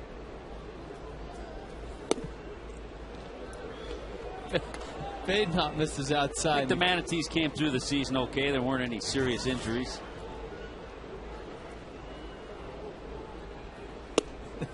There might have been a case of gout or two. A couple of blowouts. Yeah. LaRoche is up. Hopper at the knees. After falling behind 3-0, the count's 3-2. Well, now it's up for the bullpen to try to keep the lead, and Anibal Sanchez can get that 13th win. Grounder to Ozzie, who's around it. Have you seen Ozzie make a bad throw yet in the big leagues? No, he makes. He's one of those shortstops that, as a first baseman, you love receiving his throws. They guarantee they're always nice four-seamers. Right there. He's usually on the money.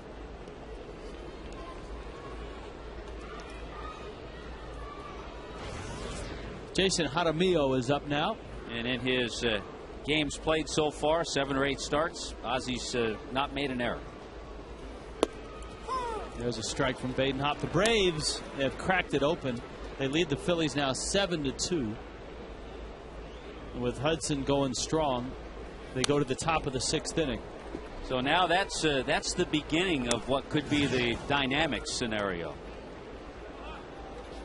Now, because if the Padres win, yeah, then all 3 have the same record. But the Padres have to win. They have to win. If the Padres lose, they're out. If the Braves keep this 7-2 lead. If the Braves keep the lead and win, yeah. Hopper with the count 1-2. Well, the Marlins bullpen now trying to bring this one home. Well, the bullpen did a nice job last night. Here's a good changeup. Actually, the bullpen did a nice job the entire game last night with Jorge Sosa starting the game. 4 shutout innings. Brian Sanchez, 2 shutout innings. Veras, Nunez, and Hensley finishing it off. Sean Gallagher down in the bullpen.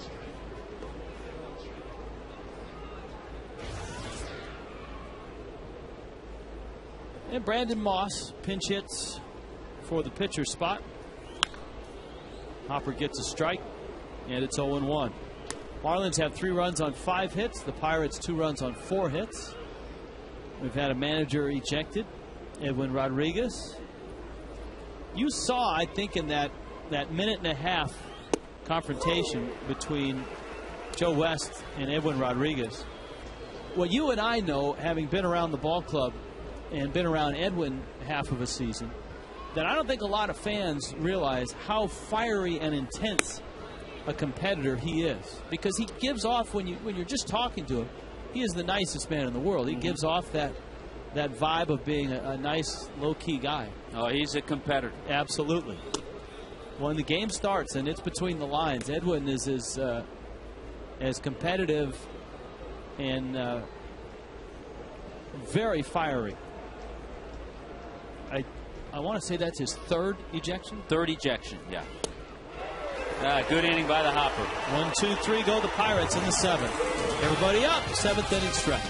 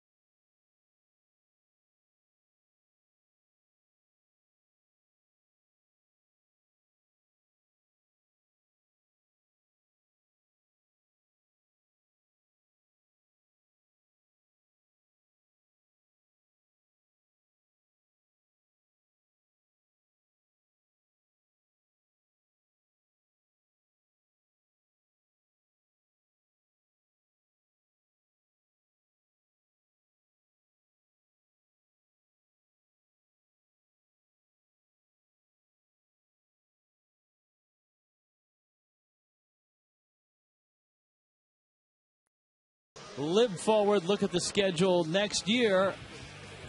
Couple of interesting notes. Number one, the season starts on April 1st. Number two, it starts on a Friday night, which is something different. Major League Baseball moving the games up, starting it on a Friday to get the postseason out of November. You can live forward with Just for Men hair color. Tommy Hutton has already given you his selection for Rookie of the Year and Manager of the Year. The Cy Young Award is yet to be named out of the booth. So, Tommy, you had all the ballots. Let me hear them. Yeah, I got all the ballots. I think there was a time when there were 3 or 4 candidates. Josh Johnson at one time, JJ a candidate. But when you lead the league in wins, in innings, in complete games, in shutouts, I think it's pretty hands down. Roy Halladay will win his second Cy Young, his first in the National League. All right, what else have you got for us? How about the MVP? Well, we've been talking about this one for a while. And with Cincinnati going to postseason, I think certainly Joey Votto, the Canadian, is going to win his first MVP award. There's some worthy candidates. You know, Carlos Gonzalez with the Rockies. Albert Pujols will always get votes. But I think Joey Votto will win the award this year. How do you think the Reds will do in the postseason as you see Sean Gallagher taking over for Chris LaRue? You know, against certain teams, they match up okay with starting pitching. Their bullpen they put together has been really strong lately. It all comes down to starters. Bronson Arroyo, how he's going to do. Johnny Cueto, Edison Volquez.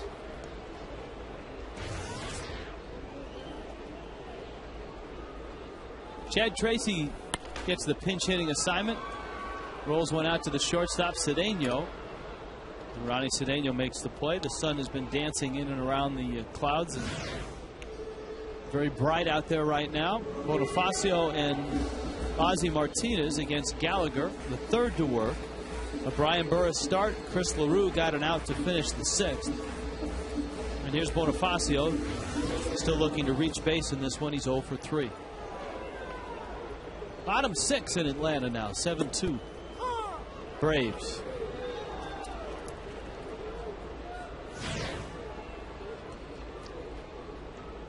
Leo Nunez. Rich, since you were kind of overlooked by our producer, how about let's discussing, and we can just throw this out there without visual help. Let's discuss the American League. What about the American League? Rookie of the Year in the American League. Rookie of the Year in the American League is not an easy pick. Yeah, I got a guy. You got a guy? I got a guy. Can you get me a good deal on some white walls? No, go ahead. You pick, and I'll tell you if he's my guy or not. Gallagher misses in. All right, you're going to go. I'll go with the Tigers' Brennan Bosch. Oh, I'm going with Neftali Feliz of the Texas Rangers with 40 saves. That's a good pick. All right. Manager of the Year in the American League, I'm going Ron Gardenhire. He did it without Justin Morneau in the second half. He did it without his all-star closer, Joe Nathan, the entire season. I will go with Ron Gardenhire myself. I like that pick. Cy Young, I sent you an article. I don't know if you read it. I did. I'm going Felix. I think the numbers are just so overwhelming what he's been able to do with a awful, historically awful team in Seattle offensively, that he is my pick for the Cy Young in the American League. Okay, and my pick would be David Price.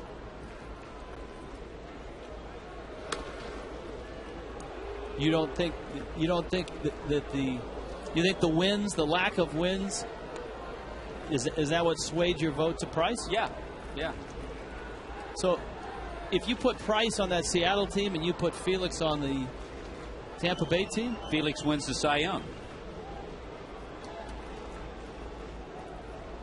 So why should one guy win the Cy Young and not just simply by the team he plays on? It's the way it goes sometimes.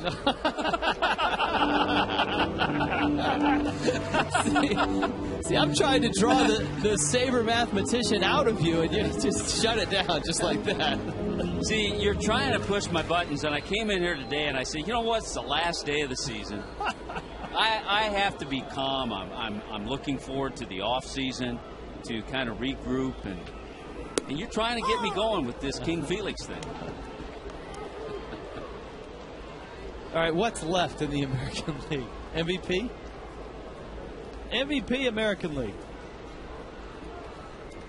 Is it the guy that just got back in the lineup in Texas? I would go with Josh Hamilton, yeah. All right, we're in agreement on that. Okay. I'll go with Josh Hamilton. I mean, Miguel Cabrera will get votes, but the Tigers faded.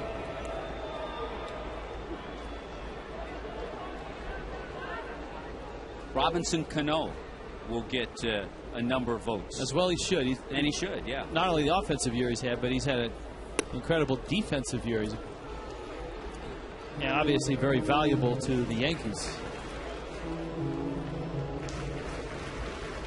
Did we put some sort of wager on the Cy Young like a week ago in some faraway place? I don't remember. Fun points. Fun points. I said if Felix gets it, and you said it was. Do I get the field and you get Felix, or does it have to be David Price? What if CC wins? You got to have a guy. Runner goes, hit and run, nicely done. Ozzie punches it into right field. Bonifacio to third. The throw goes by, it's coming in, and here comes Bonifacio. Ryan Doma threw it to no one. And Bonifacio scores. Ozzie's going to end up at third base.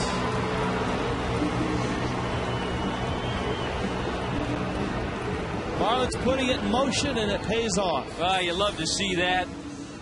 With Bonifacio on the move, pitch out over the plate. Ozzie with just a great swing to find that hole on the right side. Here comes the throw, and nobody's there. He threw it between home and third, and it went right into the Pirate dugout. So Doma with the error. One run came in. That allowed Ozzie to go over to third. You saw Sean Gallagher, the pitcher, was actually backing up behind third, and he couldn't get there. Breaking ball and a strike to Logan Morrison. The more you see that man play, 7 for 17 in this series against the Pirates. The more you like him.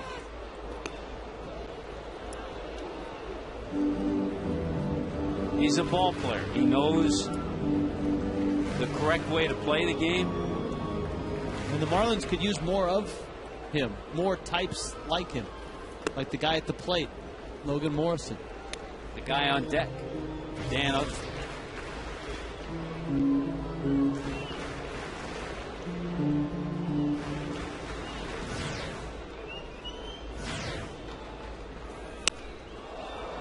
Morrison got jammed, pops it up. And it's the third baseman, LaRoche. The second baseman, Walker, ran into the pitcher, Sean Gallagher. And not a good day for Lomo. He's not going to be happy with his finish. 3 pop-ups, a strikeout. Had a chance to bring in a run there with a fly ball into the outfield. But he'll have a long time to prepare for next year, next spring. Uggla now, 2-run homer, a single and a walk. 2 for 2 in this ball game. And a strike from Gallagher.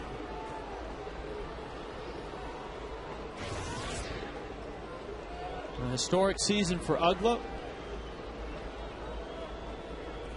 The first second baseman ever with 4 30-homer seasons. And personal bests in just about every category. And yes, he has scored twice, so he's got 100 runs. Became the 11th Marlin to have a 100 RBI season. And not that it means anything, but the 4 30-home run seasons in a row consecutively. Little ground ball, and that's going to drive in a run. Uggla around first, headed for second. In there.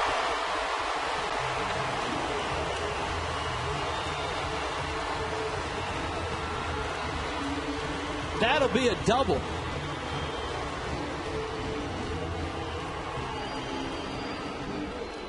And an RBI. Look at this hitting. And this is why Dan had 100 RBIs this year. He got a lot of hits the other way in these situations. About a half swing, but skips by Walker, the second baseman, on that hard pass infield. And seeing that it went into shallow center field, Uggla hustled into second for our Checkers double of the game. Last day of the season, it's the only way he knows how to play. So Uggla is at 31 doubles now, 105 RBIs, and 33 homers.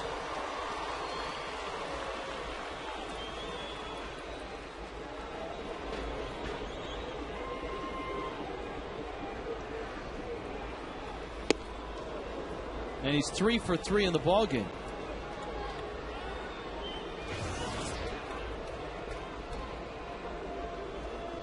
Gabby Sanchez looking to pick up an RBI. Marlins trying to stretch this lead up 5-2. And Gabby got under that one. Tabata battling the sun. Makes the catch. Inning over. Marlins pick up 2 more. Uggla drives in another.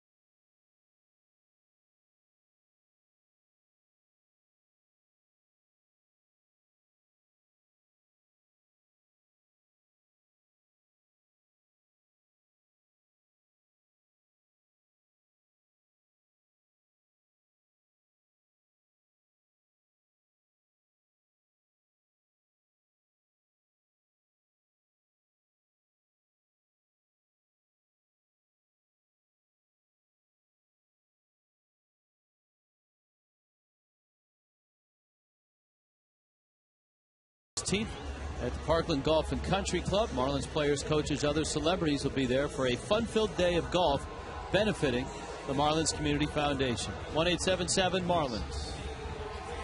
Dan Uggla's coming out of the ball game. A nice move. Oh, that's a nice touch.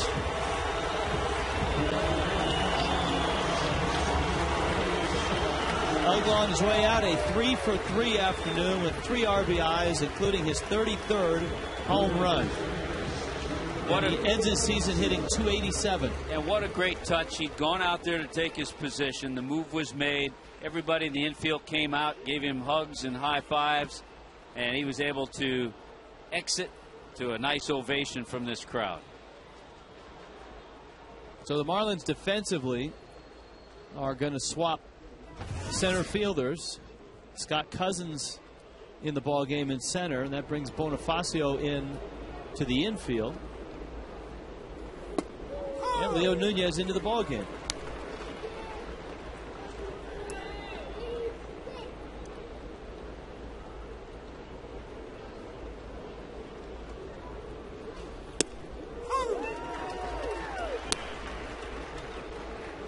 Interesting decision the ball club will have concerning Leo Nunez.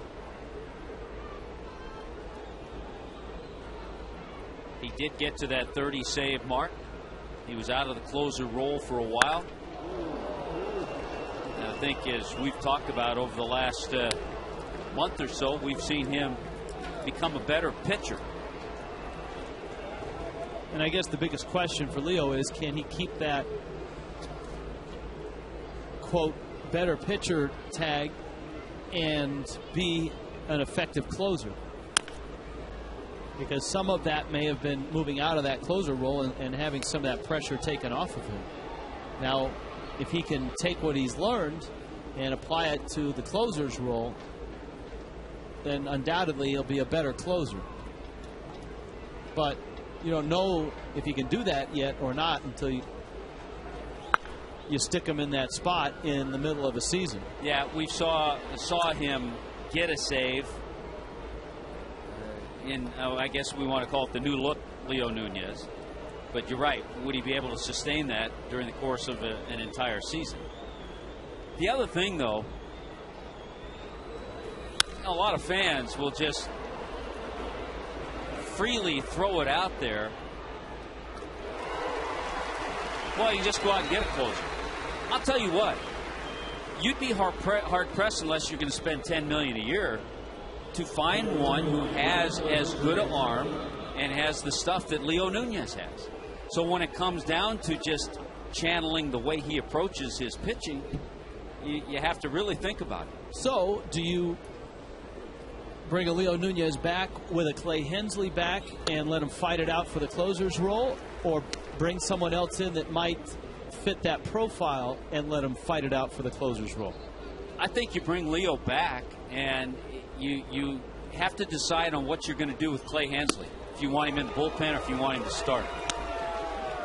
And then if you want him in the bullpen, it would probably, I think, be good to have a couple of guys battling. You know, some would say, oh, you have to name your closer. You have to do this. You know, it's nice to have competition. Makes guys, you know, play or pitch perform a little bit better sometimes.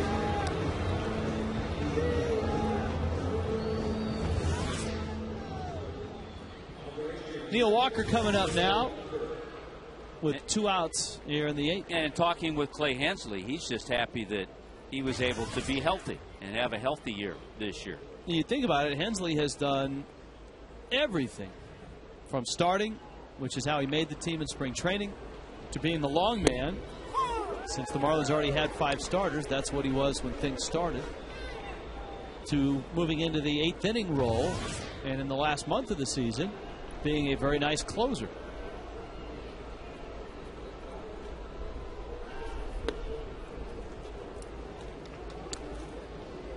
Hensley last night came in and saved a ball game. Marlins 2-0 winners last night.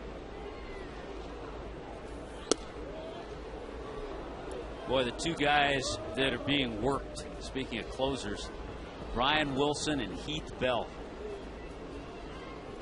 Bud Black and Bruce Bochy, they're riding those guys hard. And they better get ready to be saddled up again today. Walker bounces out to Bonifacio. Bottom of the 8th. 5-2 Fish.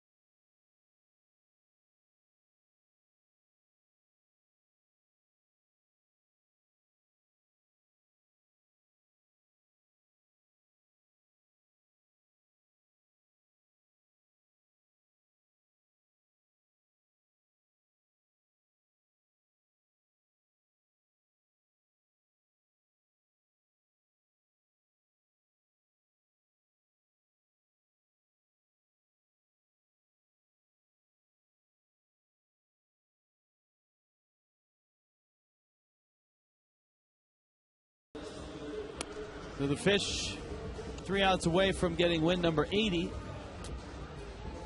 Our Toyota interactive poll. Biggest surprise of 2010, Gabby Sanchez at 52%. Alex Sanabia right behind him. That suite filled up with our friends from Toyota. Yeah, I think the thing with Logan Morrison and Stanton, we heard about them, but remember, it was Logan and Gabby that were battling out that first base position in spring training. Looks like a fun suite.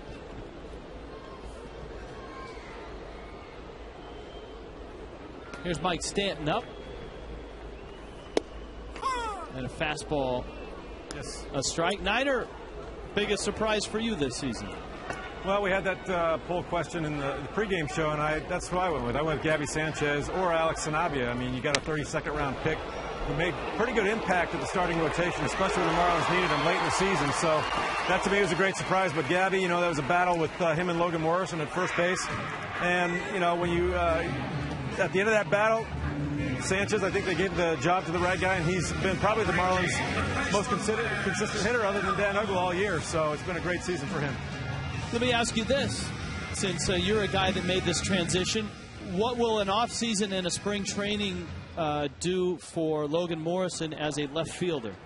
Well, I think it's more than anything going to be a mindset. He's going to have to switch his mindset from infield to outfield. I think it'll be a smooth transition for him. He's such a great athlete. You've seen him make strides this year in left field, although sometimes you get turned around on jumps and things like that. That's what's going to be really working a lot in spring training. And those 6 weeks are going to make him a much better outfielder, and he's going to hit the opening day next year running.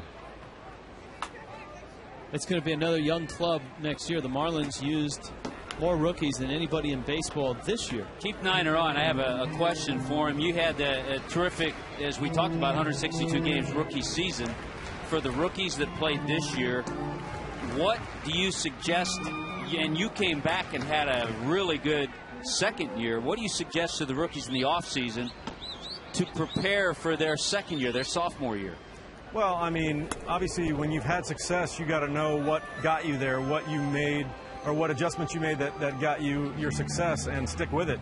And not to be too complacent and say, oh, I've made it, I'm going to be fine. You know, you've heard so much about the sophomore slump that a lot of guys go into. I think it's because they get a little too comfortable too soon and let down their preparation. And as long as these guys keep preparing the way they're preparing, which I think they will, you got some great guys, Stanton, Morrison, Sanchez, they all prepare very well for each game.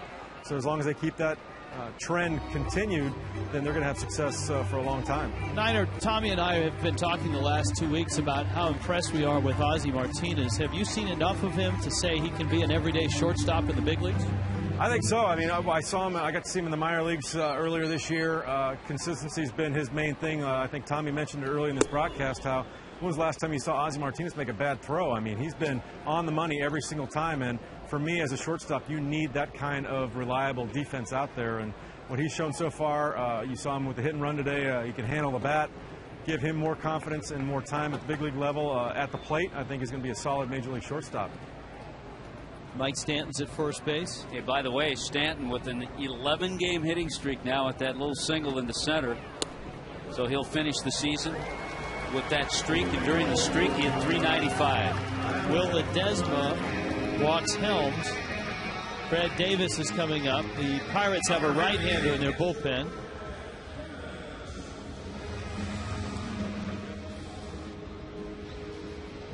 We'll hear more from Jeff Conine on the postgame show. As a reminder, our postgame show, as is tradition, at the end of the season, we'll have our year-end video.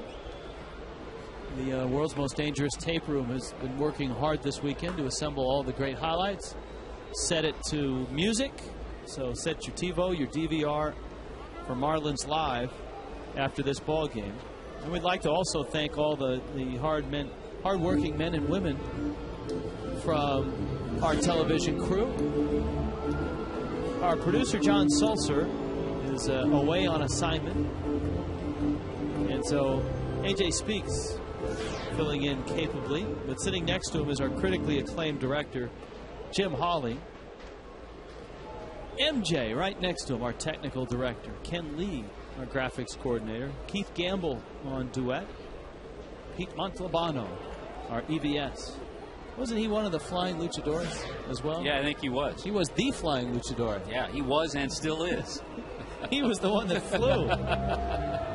Joe Monahan, one of our veteran cameramen. Bobby Dorfman, our audio assist. Bill Wadlick on Foxbox. Scott Hopkins. We have a crack staff that rotates in terms of statisticians. Well, we have Scott Hopkins, who you mentioned. We have John Chupchuk, who at times is our Mets insider.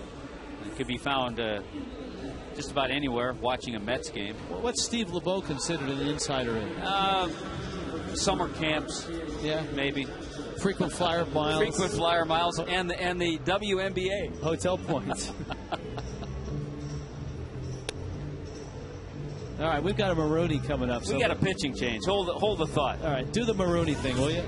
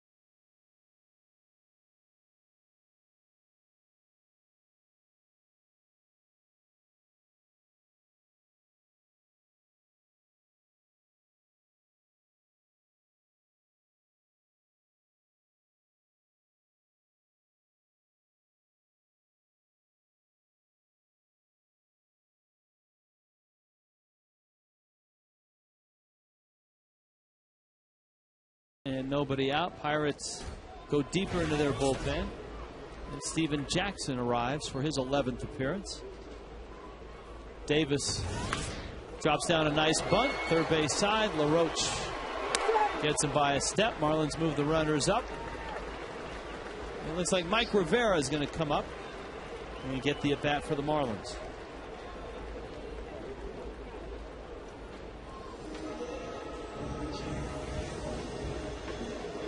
So Rivera, who, as the Marlins saw catchers fall by the wayside, first John Baker with the Tommy John surgery, then Ronnie Foligno with the 50-game performance-enhancing drug suspension. And then Brett Hayes, of course, knocked out of the season by Niger Morgan. Marlins needed to pick up a veteran backstop, and they did with Rivera.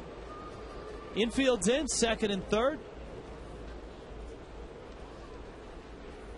Yeah, that was an area I think sometimes we forget about, all the changes that were made and needed in the catching situation. It's be a nice spot for Rivera to get his first hit of the season. He's 0 for 14 as a Marlin.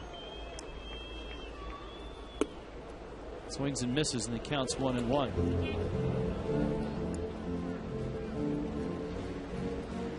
Of course, Mike had big league time with the Milwaukee Brewers. Saw a lot of familiar faces when we were in Milwaukee.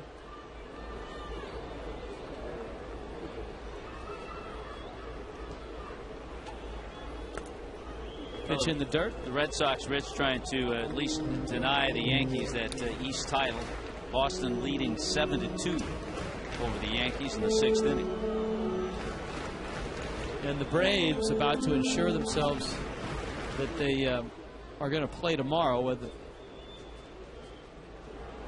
at least play another game.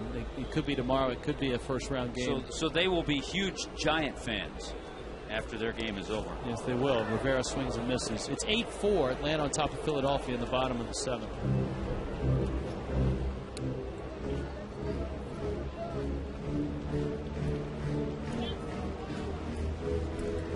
Top of the order, Bonifacio on deck. Brandon Hyde running the club. And a lot up in the air with all the coaches. as well. Jackson, that one gets away, but not far enough. You know, the questions as to who will be the Marlins manager. And so coaching staffs aren't usually put together until a manager is named. So a lot of guys, when this game ends, they'll be wondering what the future holds for them.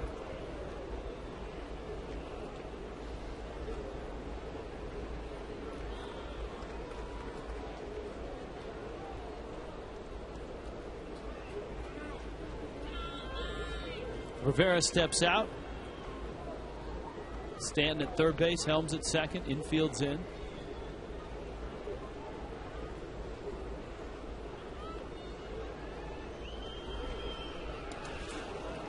And Jackson buries one. Rivera works a walk. Bags are loaded up for Bonifacio. We'd like to continue to thank our core group of camera folk. Jonathan Berkman, John Tuitu, Craig Delosha, Len Robb, Bill Brennan, our robo expert, James Arminio. I told you about Joe Monahan. How about our favorite stage manager in the whole world, Cassie Allen? It's never the same when we go on the road. No, it's not. And, of course, it'll be a big offseason for Cassie. Expecting her first in February. New additions. Whole new lifestyle. A one hopper. Cedeno gets it out there. The relay out there. And the Pirates get out of the inning. Marlins come out to get the final 3 outs of 2010 as they lead this ball game. 5.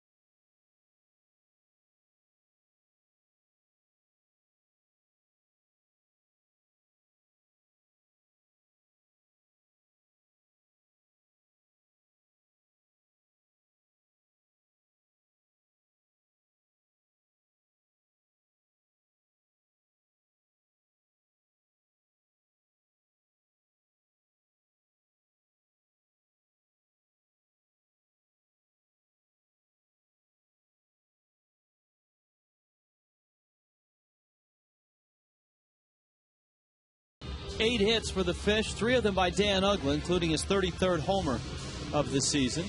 And Clay Hensley comes out of the pen looking to save this ball game and finish off what has been a very nice year for Hensley. You look at the ERA at 2.19.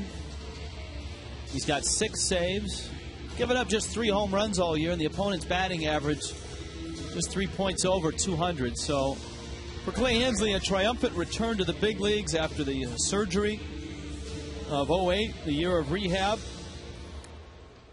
It will also, and we talked about this the other night, be a memorable season for Clay. Clay and his wife had a baby. Early in the year, Clay had to leave the ball club. His father passed away. So a lot of things have happened in the life of Clay Hensley, and he has been tremendous on the mound. Garrett Jones first up for the Pirates. Gabby over, knocks it down, picks it up, and then throws wild. Hensley's foot off the bag. Gabby's going to get an error on that one.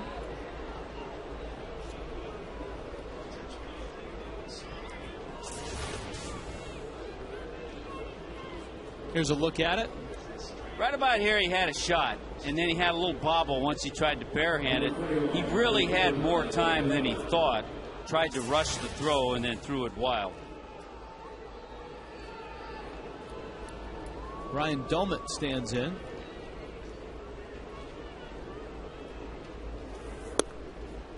And Hensley misses outside. Domit 0 for 3 in this ball game. There was a partial announcement moments ago about Alex Sanabia. A strained ligament in his right elbow. Because Alex was supposed to start that game last night. But no word was given as to the rehab time or what that means. So a strained ligament in the right elbow. I'm sure the assumption is he'll be ready for spring training in 5 months. That would be good. A little rest, a little rehab. And Sanabia certainly deserves as good a look as anybody at making the rotation.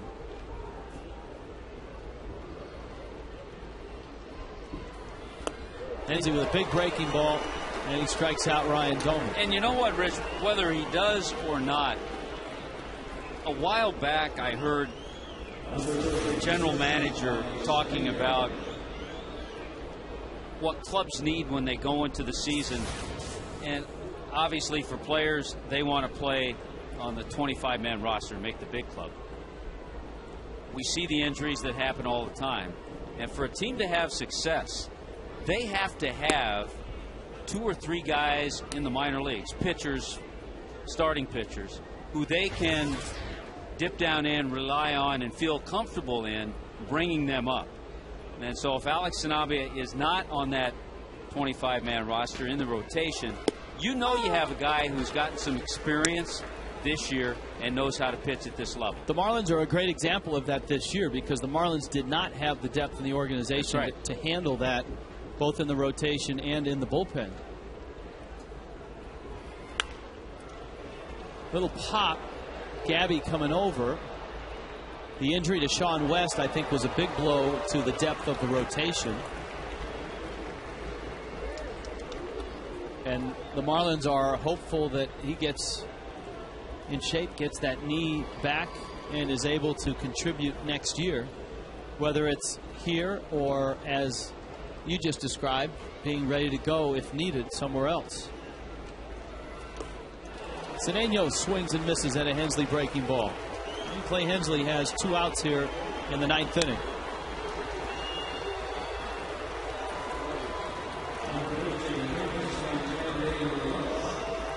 Andy LaRoche is up. The fans are as well. Closing day 2010.